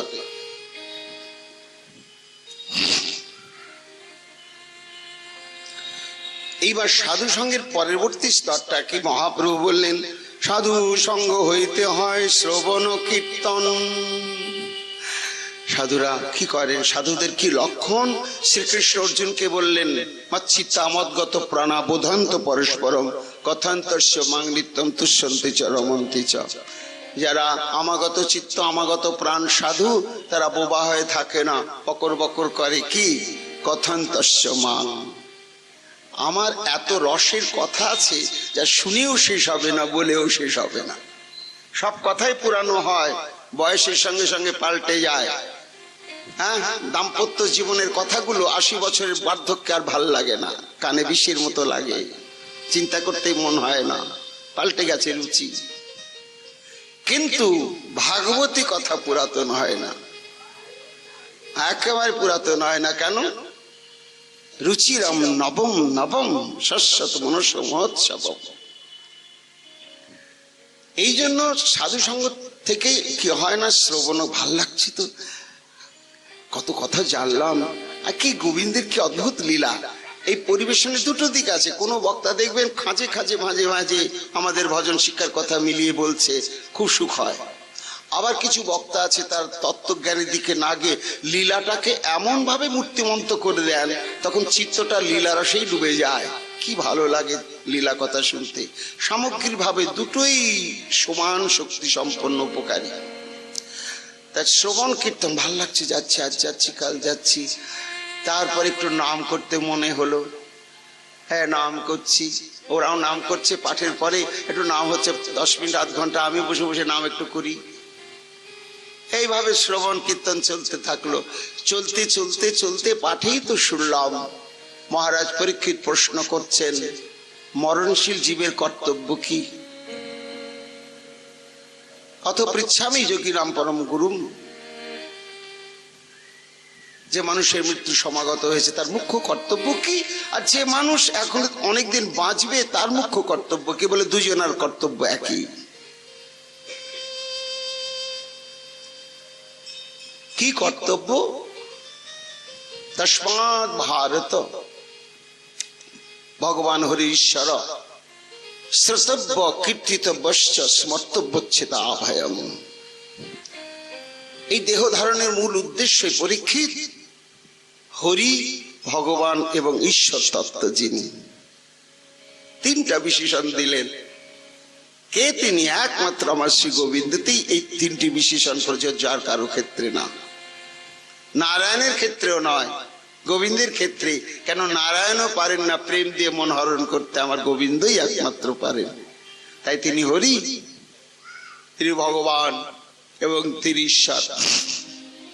তো তারই লীলা কথা শ্রবণ কীর্তন এবং স্মরণের জন্যই মানব দেহ প্রাপ্তি। সাধু সঙ্গ করতে করতে সাধুদের মুখে এসব কথা কানে বারবার শুনতে লাগলাম। তাহলে তো একটু নাম করতে দোষটা কি? একটু শুনি না কেন? এই শুনছি শুনছি, নাম করছি করছি করছি, করতে করতে করতে করতে তারপরে জানলাম, ও শুধু শুনলে হয় না, শুধু নাম করলে হয় না, গুরু পদাশ্রিত হয়ে যদি করা যায় তবেই ফল প্রদান করে। ক্রমে এগুলো আসছে। গুরু কাকে বলে? কেন গুরু করব? গুরু কি তত্ত্ব?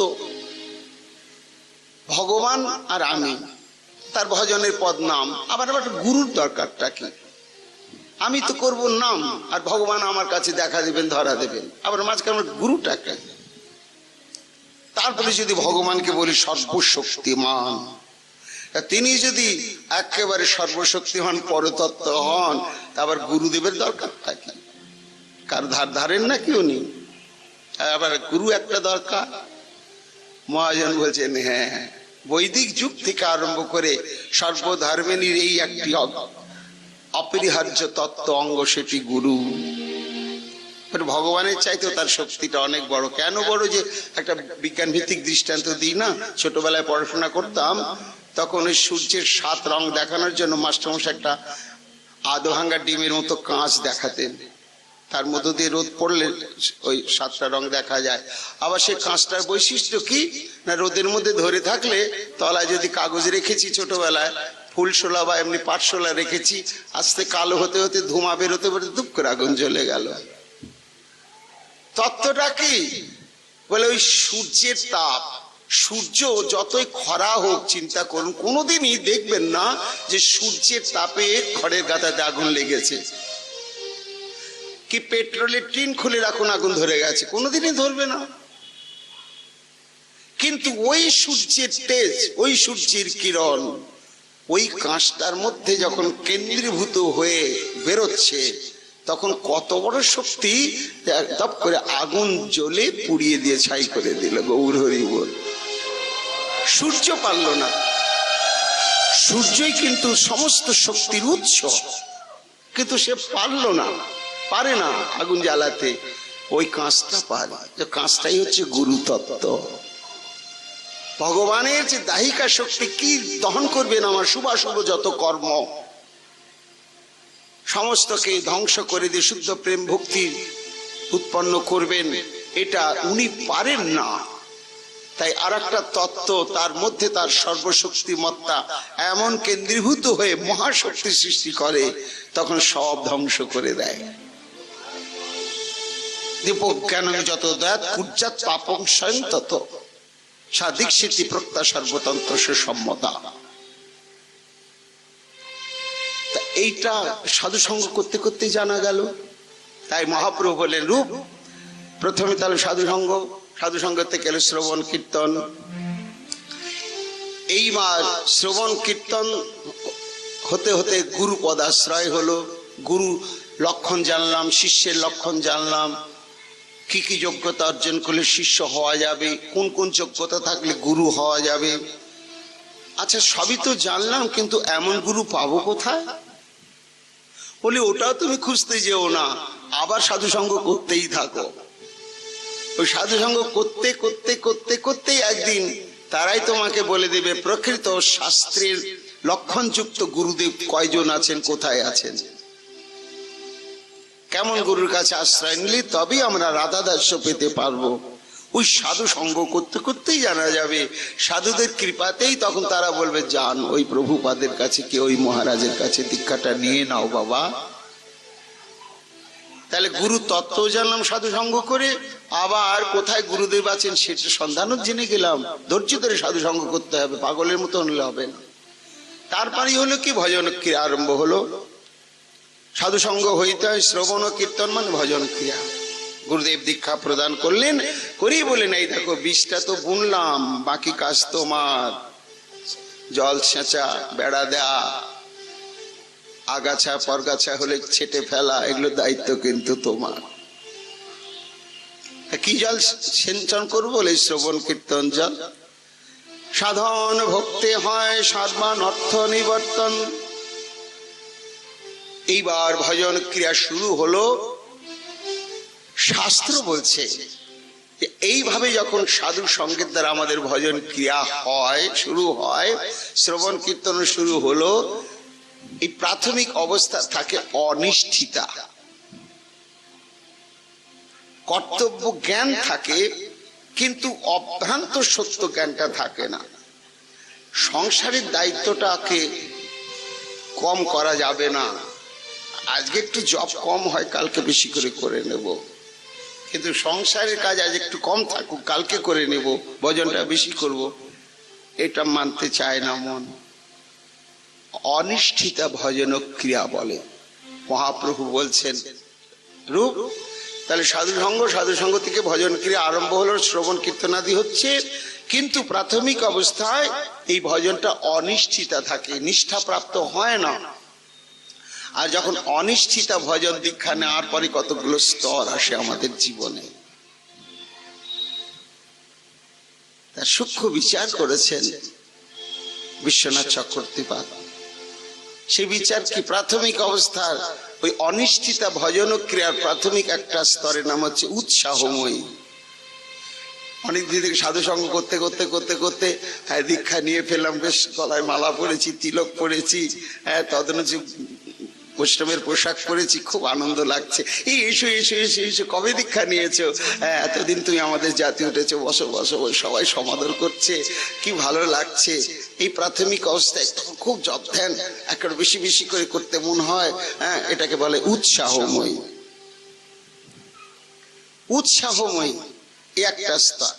সবার প্রশংসা পাওয়ার জন্য ভালো করে তিলক করছি, চকচকে করে, বেশি করে লিখছি, সবাই যেন দেখে, শাস্তে মনে হয় বৈষ্ণবের শ্বাস ধরে। উৎসাহ, চরম উৎসাহ।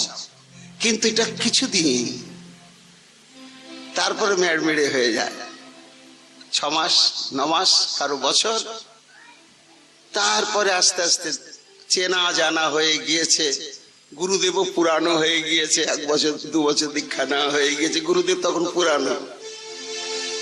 তখন একটা স্তর আসে, সেই স্তরের নাম হচ্ছে ঘন তরলা, স্পিড এবং পজ। সেটা কেমন বলে, এই 5-7 দিন খুব মন দিয়ে ভজন হলো, তারপরে হরিবোল, মনও বসছে না, আর ঠিক ওই সময় ঘুমটাও ভাঙতে চাইছে না। একটু থাক, এক জন্মে কি হয় গো, আস্তে আস্তে হবে, আজকে একটু থাক। 2 দিন জপই হলো না। এইভাবে কিছুদিন যাবেই না, না এটা তো ঠিক হচ্ছে না। আবার তখন আরম্ভ হয়ে যাচ্ছে, আরম্ভ হয় আবার ঢিলা পড়ে, আরম্ভ হয় ঢিলা পড়ে। প্রত্যেকেরই হবে, এটা অনিশ্চিত ভজন ক্রিয়ার অবস্থা। এটাকে বলা হচ্ছে ঘন তরলা অবস্থা। ভজনে একটু স্পিড আসে, আবার নেমে যায়। কিন্তু সন্ধানী, ওই যে গতকাল বলেছি, চিত্ত হচ্ছে সন্ধানী, আমার ভজন হচ্ছে কিনা সে সবসময় ইন্সপেকশন ব্যস্ত থাকবে। ওই কাজটা হচ্ছে অন্তরিন্দ্রিয়ের চিত্তের কাজ। সে দেখবে যে তার এই তরল অবস্থা যেন না আসে, ঘনটাই থাকে, স্পিডটাই থাকে, স্পিডটাই থাকে। তখন সেই স্পিডটাকে বাড়াতে থাকবে, তরলটাকে কম করতে থাকবে।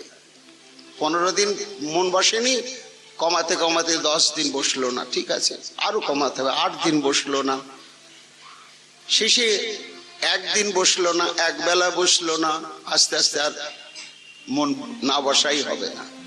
তা এই ঘন তরল একটা অবস্থা, মহাপ্রভু বলছেন রূপ যারা অনিষ্ঠিত প্রাথমিক সাধক তাদের এই অবস্থা হয়। তারপরে আরো একটা অদ্ভুত অবস্থা আসছে, তার নাম হচ্ছে বুড় বিকল্পা।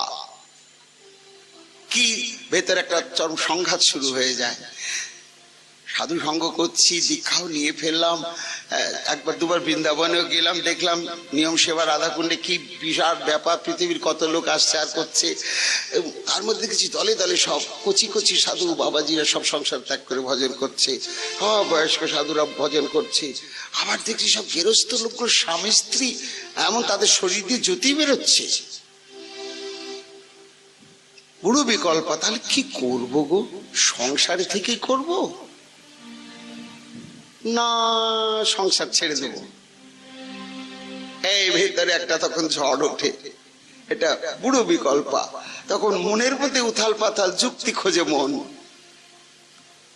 আচ্ছা, যদি সংসার ত্যাগ করি, হ্যাঁ শাস্ত্র বলছে অবশ্যই সংসারে থাকলে কিছু হবে না। বিষয় থাকিতে কৃষ্ণ প্রেম নাহি হয়, বিষয় দূর কৃষ্ণ জানিও নিশ্চয়। কাজেই এই সংসারটা তো অনিত্য, তৃণাচ্ছাদিত কুপবৎ। এই জন্য সংসারের ফাঁদে পা দেয় না সাধুরা, তারা সংসার ত্যাগ করেই চলে যায়।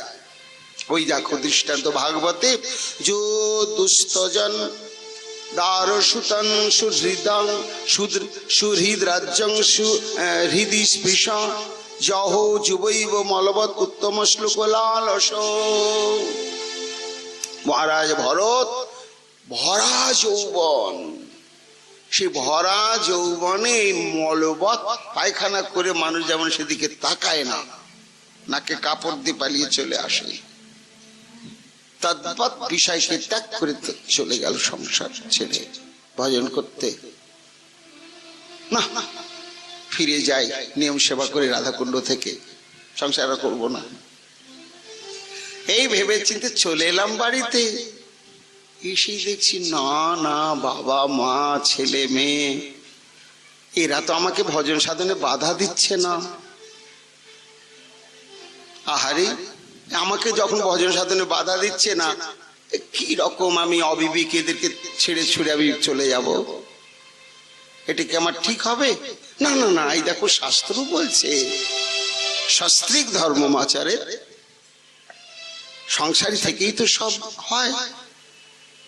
বুড়ো বিকল্পা, মনের মধ্যে এইরকম কত রকম উথাল পাথাল চিন্তার আসা।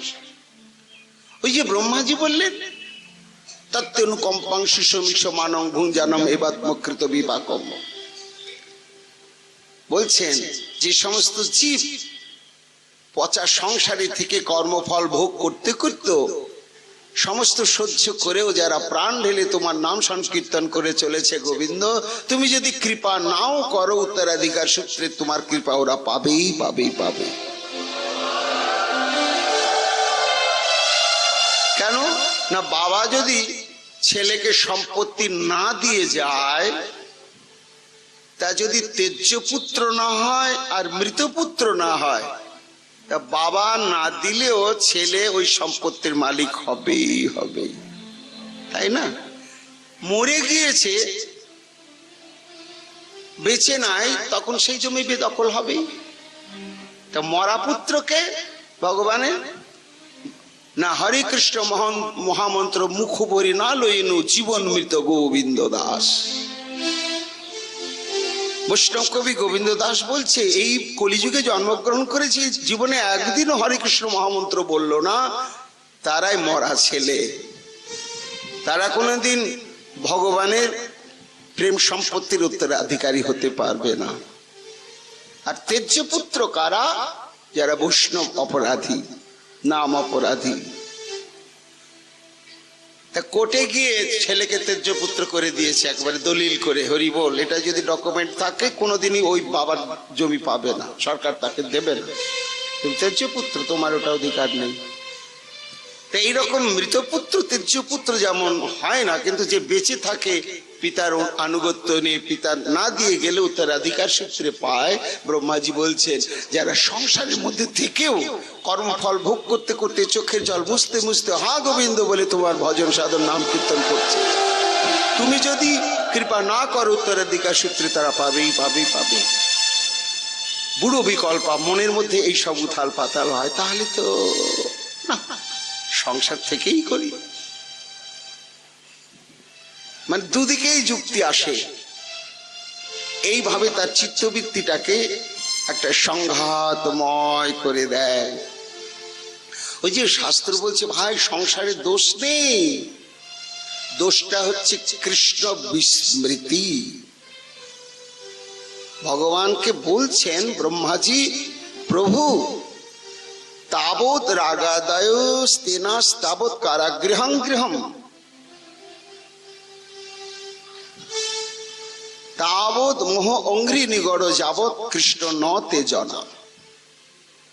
যতক্ষণ আমরা কৃষ্ণ জন অর্থাৎ গুরুদেবের খাতায় নাম লিখিয়ে কৃষ্ণের দাস এই সার্টিফিকেট না পাবো, ততক্ষণই পর্যন্ত আমাদের সংসারটা হচ্ছে অসার, সংসারটা হচ্ছে কারাগার, সংসারটা হচ্ছে মরুভূমি, সংসারটা হচ্ছে বিষের সমুদ্র।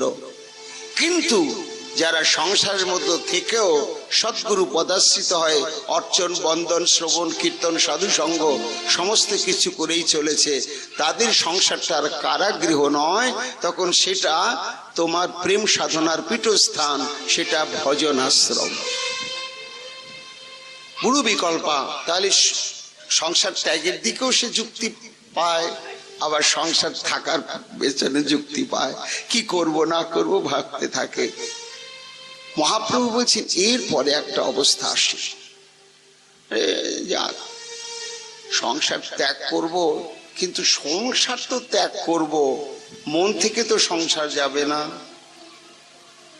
কাম ক্রোধ লোভ মোহ মাৎসর্য মমত্ব বোধ, আমাদের অনেক তো সাধুকেই দেখি বৃন্দাবনে বাস করছে, ওই পঙ্গতে গিয়ে গিয়ে টাকা পয়সা কাপড় চোপড় যত পাচ্ছে, 2-3 বছর পর এক বিরাট বিরাট বস্তা বানিয়ে আবার ছেলে মেয়ে, দেখ সাধু এলাকা তো পাওয়া যায়, দেখেছি তাদের জন্য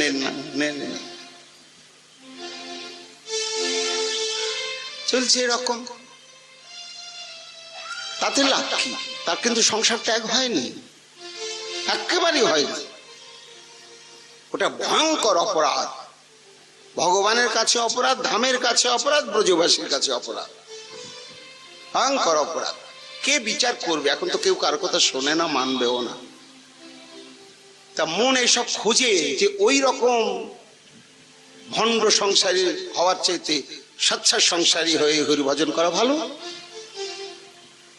বৈরাগী সেজে যদি আমি এইভাবে ব্রজবাসী অর্থ নিয়ে এসে আবার এই সংসারের মধ্যে ঢুকিয়ে দিই, এই ভণ্ডামির চাইতে সংসারই ভালো। এই বুড়ো বিকল্পা এই সমস্ত মনের মধ্যে উত্থাল পাতাল হয়, তখন সে না না সংসারই থাকি। এটা ডিটারমিন হওয়ার পরে তখন একটা স্তর আরম্ভ হয়, তার নাম হচ্ছে বিষয় সঙ্গরা। বিষয় সঙ্গরার সংজ্ঞাটা কি না, বুঝে যে জানে বিষয়ের মধ্যে সংসারের মধ্যে হয় না, শেষ নিষ্কিঞ্চন হতেই হবেই হবে। কিন্তু জোর করে তো হওয়া যাবে না। এই জন্য শাস্ত্র বলেছেন, যতক্ষণ পর্যন্ত তোমার কৃষ্ণ ভজন অনুভূতি প্রকৃষ্ট রূপে না আসে, ততক্ষণ তুমি সংসার ত্যাগ করিও না। চোরা বালির মতো আবার সংসার বাসনা তোমাকে আক্রমণ করবেই করবে। কাজে সংসারী থেকেই তুমি আস্তে আস্তে আস্তে আস্তে আগে একটা ইট হও, শুকাও, পুড়ে যাও। পোড়া ইট হয়ে যখন থাকবে, তখন একটা পোড়া ইট লাখ বছর জলের মধ্যে ডুবিয়ে থাকলে আর গলে যাবে না। কাঁচা ইটটা গলে যায়, তাই না? কাঁচা ইটটা জলের মধ্যে দিয়ে দিন, আস্তে আস্তে গলে টেলে হাউরি বল, কিন্তু পোড়া ইটটার হয় না। তা ভজন করো, সাধু সঙ্গ করো, নিরন্তর সাধু সঙ্গের বেড়া দাও, বৈরাগ্যের বেড়া দাও, অনেকক্ষণ করতে করতে পেকে যাবে। যখন পেকে যাবে তখন তোমার সংসার ছাড়লে কি না ছাড়লে কি, কাজেই থাকি। তা এই যে সংসারে থাকতে হচ্ছে, পাচ্ছি না, আর যতক্ষণ পর্যন্ত ভজন করতে করতে কর্মবন্ধন খণ্ডন না হবে, ততক্ষণ ওই কিলিয়ে কাঁঠাল পাকিয়ে সেটা ভগবত সেবায় লাগবে না। লাগবে নাকি? পাকাম খেতে মন হচ্ছে, ফাল্গুন মাসে কারবাইড ঢেলে দিয়ে তাকে পাকি খেলাম, ভাল লাগবে? অপেক্ষা করতে হবে, কালের অপেক্ষা, পরিচর্যার অপেক্ষা। মুকুল হবে মাঘ মাসে, পাকবে গিয়ে জ্যৈষ্ঠ মাসে। তাহলে মাঘ, ফাল্গুন, চৈত্র, বৈশাখ, জ্যৈষ্ঠ এই কয়েকটা মাসের জন্য আমাকে ধৈর্য ধরতে হবে। মুকুলটা ঝরে না যায়, ছোট আমগুলো নষ্ট না হয়, পরিচর্যা সাবধান হতে হবে। তা প্রাকৃতিক ভাবে যখন পেকে যাবে, তখন কি হবে বলুন তো? দেখুন বৈরাগ্যের কি অদ্ভুত বিচার। এগুলো আসে বিচার করতে করতে। একটা কাঁচা আম বোটা থেকে ছিটতে গেলে কত টানাটানি করতে হয়, আর সেই একই আম যখন পেকে টুসটুসে হয়, টুক করে বোটা থেকে এমনি খুলে পড়ে গেল। তো যতক্ষণ পর্যন্ত ভজনের পরিপক্কতা অবস্থা না আসবে বাবা, তো ওই কাঁচা আমটাকে বোটা ছিঁড়ে বারবার বেরিয়ে যান, আবার চলে আসতে হবে, আবার চলে আসতে হবে। কিন্তু ভজন করতে করতে করতে করতে পেকে টুসটুস হয়ে গেলে, তখন ওই সংসার বন্ধনের আসক্তির বোটাটা কুট করেই কেটে যাবে। হরি বল, ভুলেই যাবে যে আমার সংসার ছিল, কি ছিল না ছিল, এটা তার মনেই থাকবে না। সে তখন গোবিন্দের সংসারের পরিবারের জন হয়ে গিয়েছে। তো এই জন্য তখন সে বিষয় ভোগ করে ধিক্কার দিতে দিতে, দুঃখের সঙ্গে। সাধু দেখলে হাউ হাউ করে কাঁদে, পচা গৃহী ছোবেন না আমাকে, আছি পড়ে থাকতেই হবে, মন থেকে এখনো বিষয়ের বন্ধন ত্যাগ করতে পারিনি। এই হাহাকারের সঙ্গে সে বিষয় ভোগ করতে করতে ভজন করে। মহাপ্রভু বলেন এই অবস্থাকে বলা হয় বিষয় সঙ্গরা। সঙ্গর শব্দ হচ্ছে যুদ্ধ। বিষয়ের সঙ্গে সে সংগ্রাম করতে থাকে, আর এমনি করে আত্মধিক্কার নিয়ে সে ভজন করতে থাকে। তারপরে এর পরবর্তী একটা অবস্থা আসে, তার নাম হচ্ছে নিয়ম ক্ষমা। নিয়ম অক্ষমা, নিয়ম ক্ষমা। শেষে তখন করে কিনা, না হচ্ছে না তো, এভাবে তো হবে না, এই সংসার তো আমাকে ছাড়বে না, আবার সংসার থেকে ছেড়েও তো গেলে হবে না, কারণ আমার মনের মধ্যে আসক্তি রয়েছে। তাহলে একটা নিয়ম করব, মনে মনে একটা নিয়ম করে নিলাম, এই করব, আজকে সারাদিন কাগজে লিখছি নিন্দা করব না, কারো নিন্দা করব না, করব না, করব না, কাগজটা পকেটে রেখেছি, দেখছি, দেখতে দেখতে 2 ঘন্টা দেখেছি, তারপর হরি বল। রাত্রে শোয়ার সময় মনে হলে ছি ছি ছি, বিকাল বেলায় তো কতজনা নিন্দা করে ফেললাম। প্রতিজ্ঞা করলাম, নিয়ম করলাম, পারলাম না। এই নিয়ম করতেই থাকে আর ভেঙে যেতেই থাকে। 3 লক্ষ নাম করবো করবো করবোই, ছাড়বই না। এক একটা করে নিয়ম সাজায়, 2 দিন পরের পরে ভেঙে যায়, হাহাকারে বুকটা ভরে যায়, আবার করতে শুরু করে। এই অবস্থা একটা স্তর আসে কিনা দেখুন। কত বাস্তব গবেষণা করেছেন বৈষ্ণবগণ, কি অদ্ভুত। এটাকে বলা হয় নিয়ম ক্ষমা। এই অনিষ্ঠিতা ভজন ক্রিয়ার স্তরেতে এই সমস্ত চলতে থাকে। তারপরে সে যদি ওই সাধু সঙ্গকে আঁকড়ে ধরে থাকে, নামকে আঁকড়ে ধরে থাকে, আর গুরু সেবা আঁকড়ে ধরে থাকে, তখন সেই স্তর থেকে আস্তে আস্তে সে উঠে যায়। তারপরে আর একটি অবস্থা হচ্ছে তরঙ্গ রঙ্গিনী।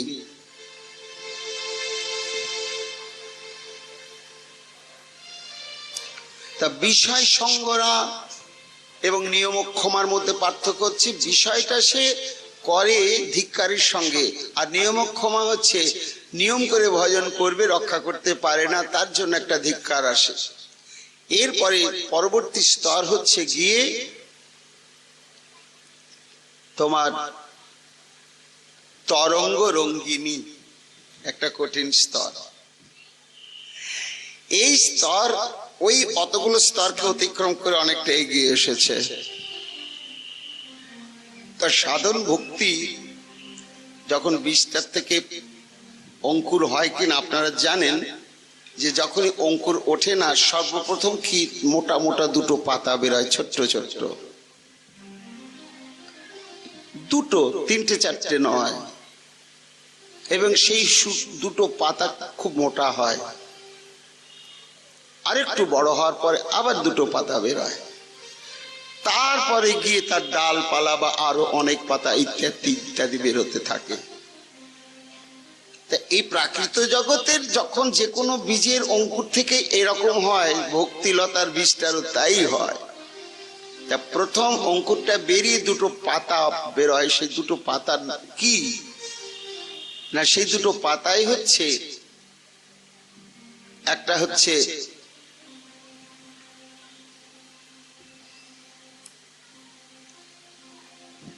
শুভদা, আর একটা হচ্ছে মনে হচ্ছে না। তার মানে কি, ভজন সাধন করতে গেলে একদিক থেকে কর্মফলের নাশ হয়, আর একদিক থেকে সুমঙ্গল সমাগত হতে থাকে। এই 2টি সম্ভাবনার 2টি পত্র উদ্গত হয়, তার প্রভাব পড়ে নিজের উপরে, এবং তার একটা ক্রিয়া হয়। সেই ক্রিয়াতে কি হয়, অনেকে দীক্ষা নেওয়ার পরে দেখবেন তার জীবনে একটা শ্রী ফিরে এসেছে, তার পরিবারে, তার চলাফেরা, তার নিষ্ঠায়, তার ব্যবহারে আস্তে আস্তে মানুষ তার দিকে আকৃষ্ট হয়েছে, তাকে শ্রদ্ধা করছে, সম্মান করছে। শুধু তাই নয়, মনে করছে একে যদি আমি 10টা টাকা দিই আমার জীবন ধন্য হবে, উনি এমন ভাবে ভগবত সেবায় লাগাবেন। এইভাবে ভজনের একটু ক্রমোন্নতি ঘটলে নানা প্রকার এই ধরনের মর্যাদার উপঢৌকন আসতে থাকে। যখন মর্যাদার উপঢৌকন আসতে থাকে, লাভ, পূজা, প্রতিষ্ঠাদি, এটাকে বলা হয় তরঙ্গ রঙ্গিনী। সাধক ভজন করতে করতে তখন সে মনে ভাবে, আমার ভজনটা ঠিক হচ্ছে, না হলে এত লোক প্রণাম করছে কেন, বাপ্পারে বাপ্পা। যাওয়ার সঙ্গে সঙ্গে দেখো সব সরিয়ে দিয়ে আমাকে আসনটা দিয়ে দিল, কেননা আমি ভজন করছি। তা এই ভজনের ফল এগুলো, এই আনন্দে তার মনটা ভুর ভুর করতে থাকে। এটাকে বলা হয় তরঙ্গ রঙ্গিনী। এগুলো নিষ্ঠিত ভজন ক্রিয়াতে আসে না, অনিষ্ঠিত ক্রিয়াতেই ভজন থাকে। মহাপ্রভু বললেন এই যে সাধন ভক্তি হইতে শুদ্ধ ভক্তি এবং প্রেম উৎপন্ন হয়, তো সাধন ভক্তির ক্রম স্তরগুলো এইরকম রূপ। প্রথমে শ্রদ্ধা, তারপরে সাধু সঙ্গ, তারপরে গুরু পদাশ্রয়, তারপরে ভজন ক্রিয়া। ভজন ক্রিয়ার অনিষ্ঠিত ভজন স্তরে এইরকম উৎসাহময়ী, ঘনতরলা, বুড়ো বিকল্পা, তারপরে বিষয় সঙ্গরা, নিয়মক্ষমা এবং তরঙ্গ রঙ্গিনী। আচ্ছা, এগুলো যদি অতিক্রম করলো তাহলে একটা প্রাচীর আছে, সেটাকে বলা হয় অনর্থ। অর্থ শব্দে প্রয়োজন, অনর্থ শব্দে যা প্রয়োজন নয় সেটাই আশা, যা চাইলাম সেটা পেলাম না, যেটা সবসময় চাই না সেটাই চলে আসছে, এটার নামই হচ্ছে অনর্থ। তো যেটা চাইছি সেটা আসছে না, আর যেটাকে ত্যাগ করতে চাইছি সেটাই একেবারে চলে আসছে, এটাকে বলা হয় অনর্থ। এই অনর্থ হচ্ছে চতুর্বিধা, যা গন্তব্যস্থলে পৌঁছাতে গিয়ে আগন্তুক হিসাবে আমাদের প্রতিকূলতা সৃষ্টি করে, তারই নামই হচ্ছে অনর্থ। এই অনিষ্ঠিত ভজন ক্রিয়ার পরেই ওই অনর্থের একটা স্তর আছে। মহাপ্রভু বলেন রূপ, এই অনর্থ হচ্ছে 4 প্রকার অনর্থ। কি কি? সুকৃতিজাত অনর্থ, দুষ্কৃতিজাত অনর্থ, অপরাধজাত অনর্থ আর ভক্তিজাত অনর্থ, এই 4 প্রকার। সুকৃতিজাত অনর্থ কি? দীক্ষা নিয়েছি, গুরু পদাশ্রয় হয়েছি, সাধুসঙ্গ করছি, কিন্তু এর মধ্যে আবার ভোটেও দাঁড়িয়েছি, চিতেও গিয়েছি, জগতের কল্যাণ করব, এটা খারাপ কি? ভজন তো করছি। এবার এমএলএ এমপি হয়ে গিয়েছি, তখন তো আর নিঃশ্বাস ফেলার সময় নেই, আর একেবারে বস্তা বস্তা টাকা ওই দিক দিয়ে পেছনে দরজা দিয়ে একেবারে ভরে গিয়েছে বাড়ি। হরি বল। সমস্ত সম্মান, সমৃদ্ধি, সমস্ত কিছু আসছে। কেন আসছে গো? সবাই আসছে না, তোমার আসছে কেন? এইটাও তার কৃতকর্মের ফল। পূর্বজন্মে কোনো সৎ অনুষ্ঠান করেছিল, দান ধ্যান কিছু, তার পরিণামে এই সমস্ত কিছু প্রাপ্ত হচ্ছে। আর প্রাপ্ত হওয়ার ফলে গুরু পদাশ্রয় করলো বটে, কিন্তু ওই সমস্ত দায়িত্বকে শ্রেষ্ঠ মনে করতে গিয়ে ভজন সাধন সব ডকে উঠে গেল। কিংবা আর একটা অনর্থ স্বীকৃতি জাত হচ্ছে স্বর্গাদি সিদ্ধি প্রাপ্তির কামনা। মন্ত্রের তো এত বড় শক্তি, নামের এত বড় শক্তি, স্বর্গে আমি যাব, স্বর্গের ভোগ, সেখানে দাম্পত্য বিলাস, অপ্সরা, রম্ভা, তিলোত্তমা ইত্যাদি তাদের সঙ্গে সঙ্গ হবে। এই যে ভোগাদি স্পৃহা, ভক্তির স্পৃহা, এটা একটা অনর্থ। এই সমস্ত অনর্থ আছে স্বীকৃতিজাত সৎকর্ম অনুষ্ঠানের দ্বারা, এটা চাইনি, এসে যাচ্ছে। আর একটা আছে দুষ্কৃতিজাত অনর্থ। বহু নিকৃষ্ট কর্ম করেছি, পাপ করেছি, তার পরিণাম আধি, ব্যাধি, দারিদ্রতা, নানা রকম বাধা বিপত্তি। এগুলো আমি চাইনি, কিন্তু ভজন সাধন যেই করতে নিলাম ওগুলো এসে আমাকে বাধা সৃষ্টি করলো, দুরারোগ্য ব্যাধিতে পড়ে গেলাম। ইচ্ছা থাকলে আর উপায় নেই। ব্যাধিটা আমি চাইনি, প্রেম ভক্তিটাই চাওয়ার জন্য আমি ভজন শুরু করেছিলাম। ব্যাধি, এমন ব্যাধি এসে গেল সারা জীবনের সাথী। কেন এলো? এসে আমার ভজনটাকে কেড়ে নিল। আমি তো ওকে চাইনি, চেয়েছিলাম ভজনকে, ও এলো কেন? ওটাই অনর্থ। এলো কেন? দুষ্কৃতিজাত। মনুসংহিতায় পরিষ্কার লেখা আছে কোন কোন পাপ কর্মের জন্য কোন কোন ব্যারাম হয়। মনুসংহিতাতে যক্ষা, কলেরা, এই শ্বাসকষ্ট ইত্যাদি বহু বহু ব্যাধি কি কি পাপ থেকে হয় এগুলো পরিষ্কার লেখা আছে। সত্য মিথ্যা জানি না, গ্রন্থ যদি মহাজনকৃত হয় তাহলে মানতে হবে আমাদের।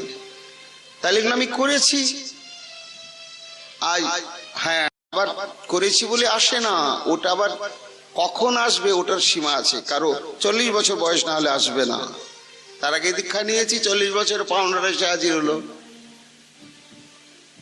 কারো 5 বছরই আসার পাওনা আছে তাই এসে গেল, কেন এলো না? ওই সমস্ত দুষ্কৃতি কর্ম করেছি বলে তাই এলো, এসে আমার ভজনটাকে নষ্ট করে দিল। এই গেল 2 নম্বর। 3 নম্বর হচ্ছে আর একটা অনর্থ, হচ্ছে অপরাধজাত অনর্থ। অপরাধ পাপ নয়, বেদ বিগৃহীত কর্মকে বলা হয় পাপ। আর যে কর্মের দ্বারা শ্রী ভগবান, শ্রী নাম এবং সাধু মহন্তগণ অসন্তুষ্ট হন সেটাকে বলা হয় অপরাধ। এই অপরাধ 3 প্রকার: নাম অপরাধ, সেবা অপরাধ এবং বৈষ্ণব অপরাধ। নাম অপরাধ 10 প্রকার: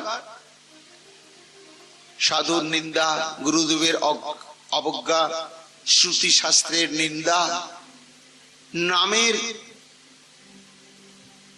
অর্থবাদ কল্পনা,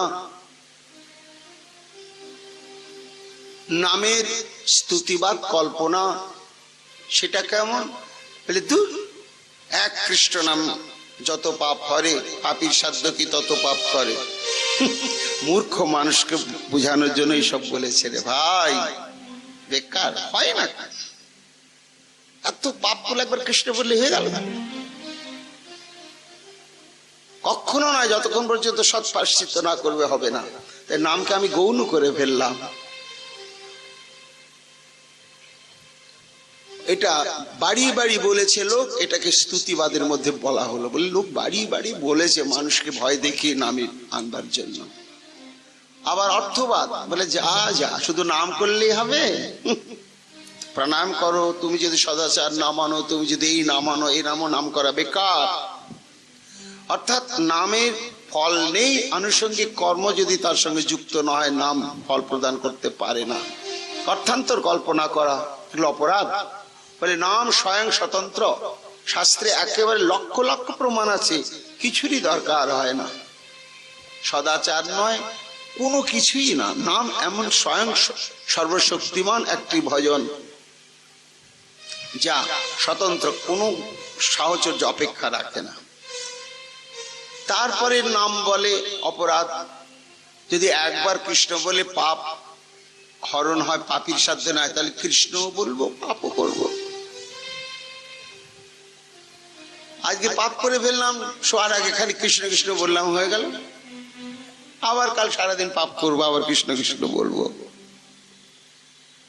এই যে নামের বলে পাপ চিন্তন, পাপকরণ, এটা নামের কাছে অপরাধ। বলে তোমার পাপ কৃষ্ণের নাম উচ্চারণের সঙ্গে চলে গেল, কিন্তু ফের তুমি যদি আবার পাপ করে কৃষ্ণ নাম দিয়ে সেটা খণ্ডন করতে যাও, নাম কিন্তু আর খণ্ডন করে দেবে না, একেবারেই দেবে না, বড় উল্টো ফল দেবে তোমার। কেন না, তুমি তো নামকেই মর্যাদা দিলে না, একেবারেই দিলে না। অশ্রদ্ধ ব্যক্তিকে নাম উপদেশ, নামের মহিমাদি শ্রবণ করার পরেও আমরা নাম সাধনকে গৌণ করে রেখে দিই, এটা ভয়ঙ্কর অপরাধ। আজ একটু নাম করলাম করলাম, না করলাম না করলাম, কাল একটু বেশি করলাম, 5 দিন করলামই না। কিন্তু খাওয়া দাওয়ার দিক দিয়ে হরি বল, এক বেলা খাবার কম হলে কি ব্যাপার, তো বাজার ঠিকই করেছি, এরকম করলে কেন? তা এই যে নামের মহিমা জানা সত্ত্বেও নামকে গৌণ করে তার প্রতি অবহেলা করে, এগুলো সমস্ত অপরাধ। তারপরে 32 প্রকার সেবা অপরাধ আছে, সেগুলো এই সাধু সঙ্গ করে করে আমাদের জানতে হয়। শাস্ত্র বলছে জানে আরোহণ পূর্বক ভগবত গৃহে গমন, পাদুকা সহ গমন, উৎসবাদি না করা। কেমন কিছু আমাদের বৈষ্ণব পর্ব হয় সম্মিলিত, না হয় ব্যক্তিগত প্রচেষ্টায় ক্ষুদ্র সংস্করণ বা বৃহত্তর সংস্করণ, যার যেমন সামর্থ্য অবশ্যই কর্তব্য। আমি পারলাম না, কোথায় হচ্ছে সেখানে যোগদান কর্তব্য। আমি যদি নাও পারি, কোথাও হচ্ছে সেখানে যোগদান করলে সেই ফলটা পাওয়া যাবে। এই সমস্ত সেবা অপরাধের মধ্যে পড়ে। উচ্ছিষ্ট অবস্থায় ভগবত বন্দন, অশৌচ অবস্থায় ভগবত বন্দনাদি, এক হস্তে প্রণাম। এক হাতে প্রণাম তো দূরের কথা, আজকাল তো চোখ টিপে আর কোন ঠাকুর কাছে কি আর নিয়ম নাই, দেখেছি এমনি করে দিল। কি ভয়ঙ্কর অপরাধ! কত আমরা নিজেকে মানে একেবারে দূরে নিয়ে চলে যাচ্ছি, কত ক্ষুদ্র সংস্করণ পেতে চাইছে। আর চোখ টিপে কি হয় ভাই? ডাক্তারের কাছে কি ঘন্টার পর ঘন্টা বসে থাকতে পারো, দাঁড়িয়ে থাকতে পারো, সেখানে বিরক্ত বোধ করো না? আর ঠাকুরকে একটু দণ্ডবত হয়ে পঞ্চাঙ্গ প্রণাম করতে তোমার গাটা জ্বালা করে। কিন্তু কলির প্রভাব, তাই সমস্ত উচ্ছিষ্ট অবস্থায়, অশৌচ অবস্থায় দেবতাকে পৃষ্ঠ প্রদর্শন করতে নেই। মন্দির থেকে বেরোচ্ছেন, যে মন্দিরের দরজাটা সামনাসামনি, তাকে বেরোতে গেলে পিঠ দেখা যাবে, তো এই জন্য একটু সাইড হয়ে পার্শ্ব হয়ে বেরিয়ে আসতে হয়, যাতে আমার পিঠটা ঠাকুর না দেখতে পান। তা পিঠ আমার পশ্চাৎ দেশ, ঠাকুরকে দর্শন করাতে নেই। তারপরে হচ্ছে দেবতার অজ্ঞে পাদ প্রসারণ, ততজ্ঞের কোটিবন্ধন, ততজ্ঞের শয়ন ভোজন, মিথ্যা ভাষণ, মন্দিরের সামনেই গালাগাল করছে নিজেদের মধ্যে। এত কাণ্ড কেন, কখন করবি, এই করি, গালাগাল আরম্ভ করে দিলাম। আমরা তো এগুলো ভাবি না, হামেশাই করি। ওই জন্য একটা মহাজন কেউ যেন বলেছেন না, যে কলিযুগে বহু লোক ভজনও করিবে আর নাচিতে গাইতে তারা নরকেতে যাবে। এই সেই করছি, কিন্তু এই সমস্ত অপরাধ বিচার বোধকে দূরে রেখে করছি, বিগ্রহ সেবা করছি, কিন্তু তার সামনে একজনকে গালাগাল করছি, রেগে জোরে কথা বলছি। তিনি সাক্ষাৎ আছেন ওখানে, তার সামনে জোরে কথা বলতে নেই, তার বাস্তব উপস্থিতিটা অন্তরাত্মাদের অনুভব করতে হবে। তো উচ্চ ভাষণ, পরস্পর কথন, রোদন, অনুগ্রহ করা, ক্রূর ভাষণ, লোম বস্ত্র পরে কখনো ঠাকুর সেবা অর্চনাদি হবে না। এটা আমাদের জেনে রাখা দরকার। কেন না, শাস্ত্র বলছে লোম বস্ত্র অশুদ্ধ হয় না। এটা যেমন ঠিক, লোম বস্ত্র পরে শৌচে গেলে স্নান না করলেও অসুবিধা নেই, কিন্তু সুতি বস্ত্র পরে গেলে সেটা কাচতেই হবে, আর নিজেকেও অন্তত কোমর পর্যন্ত ধুতেই হবে। কিন্তু তাই বলে লোম বস্ত্র পরে ঠাকুরের সেবা পরিচর্যা, রান্না বাড়া এই সমস্ত কিন্তু হবে না, একেবারেই হবে না। লোম বস্ত্রটি শুদ্ধ হচ্ছে একমাত্র শৌচের ক্ষেত্রে, ওইখানেই শেষ। যে এটা শুদ্ধ কাপড় পরে রান্না করছি, অর্চন করছি, পরিক্রমা করছি, চলবে না, এটা সেবা অপরাধের মধ্যে পড়ে।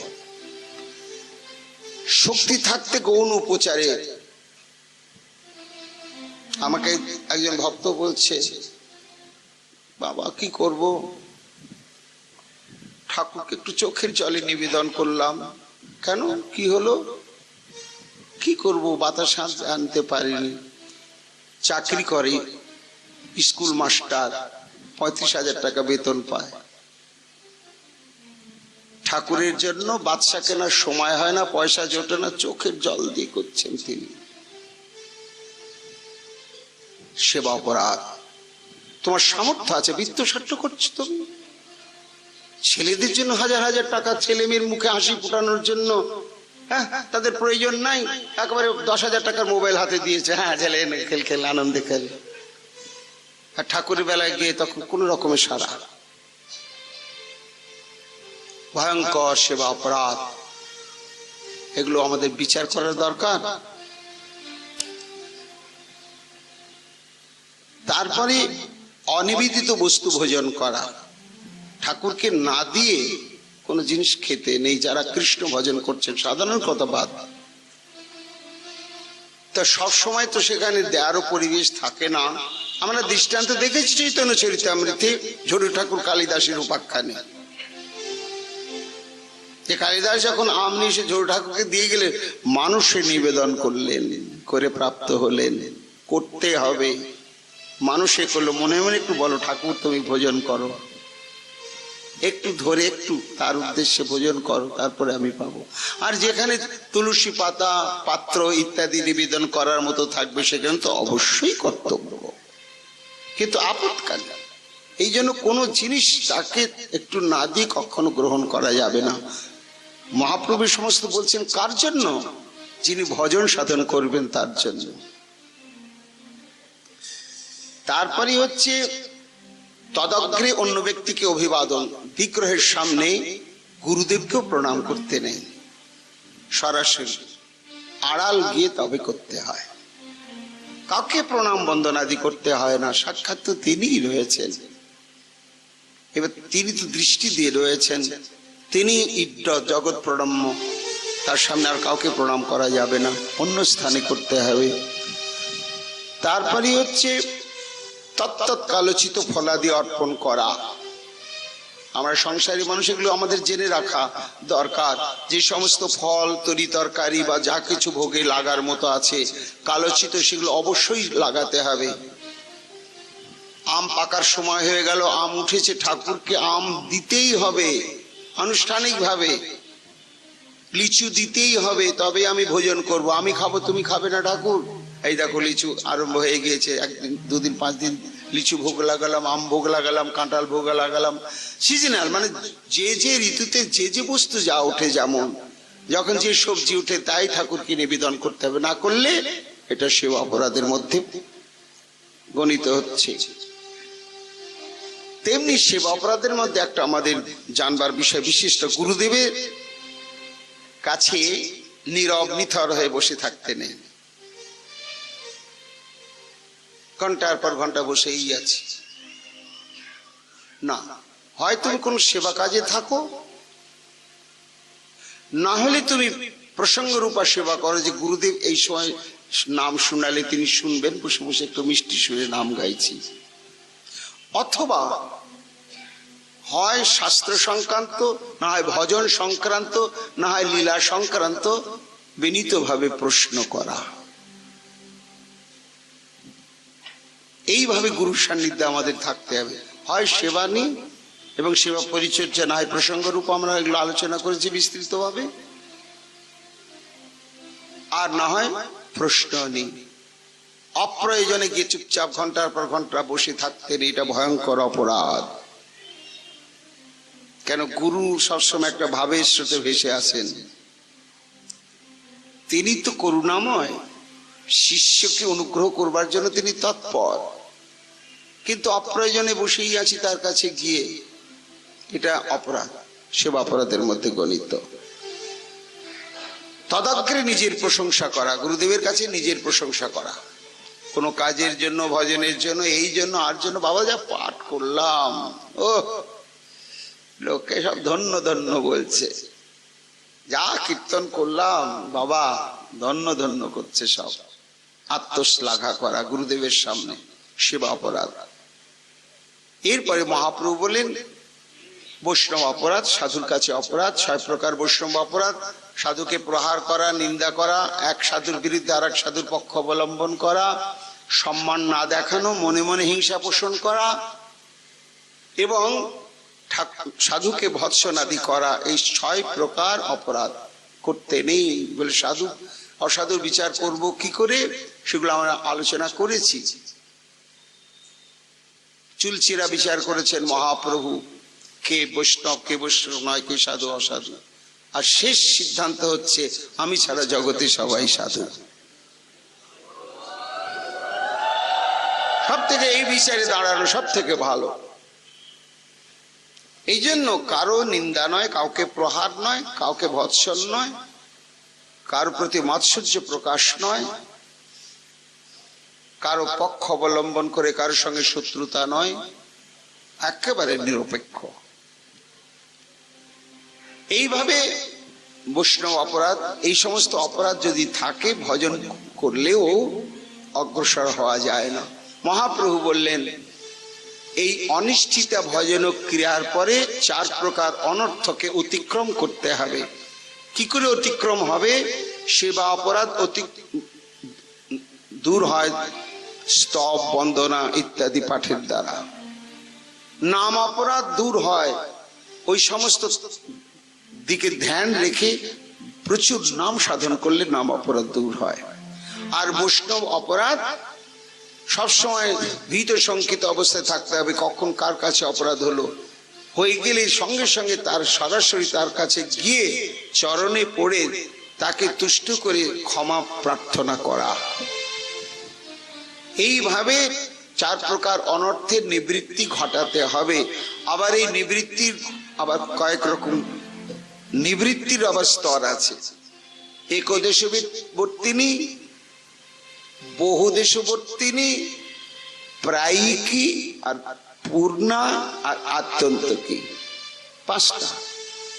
একদেশবর্তিনী সামনে এইসব বারবার আলোচনা করতে হয়, তো করতে করতে সাবধানে ভজন করতে করতে 16 আনার মধ্যে 1 আনা গেল। এটা একদেশবর্তিনী। তারপরেও সাবধান হয়ে ভজন করছি, বিচার করছি। এই জন্য একটু 1-2 সঙ্গী হলে, অন্তরঙ্গ সঙ্গী হলে ভালো হয়, ভজনের অগ্রগতি ঘটে।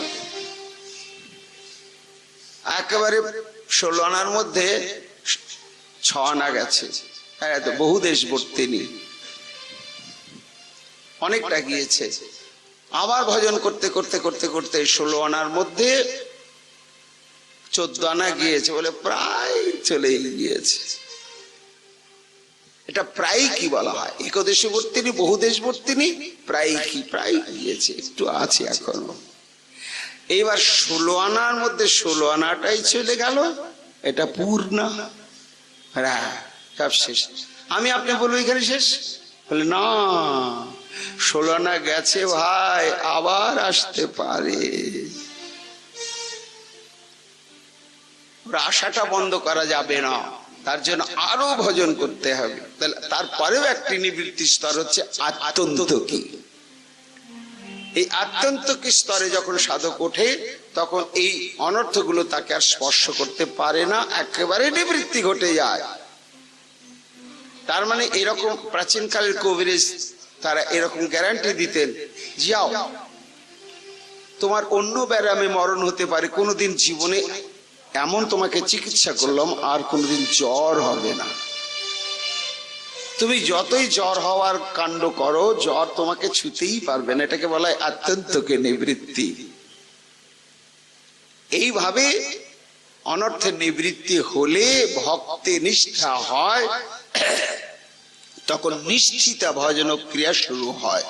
এই নিশ্চিতা ভজন ক্রিয়া কাকে বলে, তার কতগুলো স্তর, এগুলো আমাদের জানবার বিষয়, আলোচনার বিষয়। আমরা সেটি পরবর্তী আবার আলোচনা সভায় আলোচনা করব। এখনকার মতো আমাদের পদ্মকার গৌর কথা প্রসঙ্গে এখানে বিশ্রাম।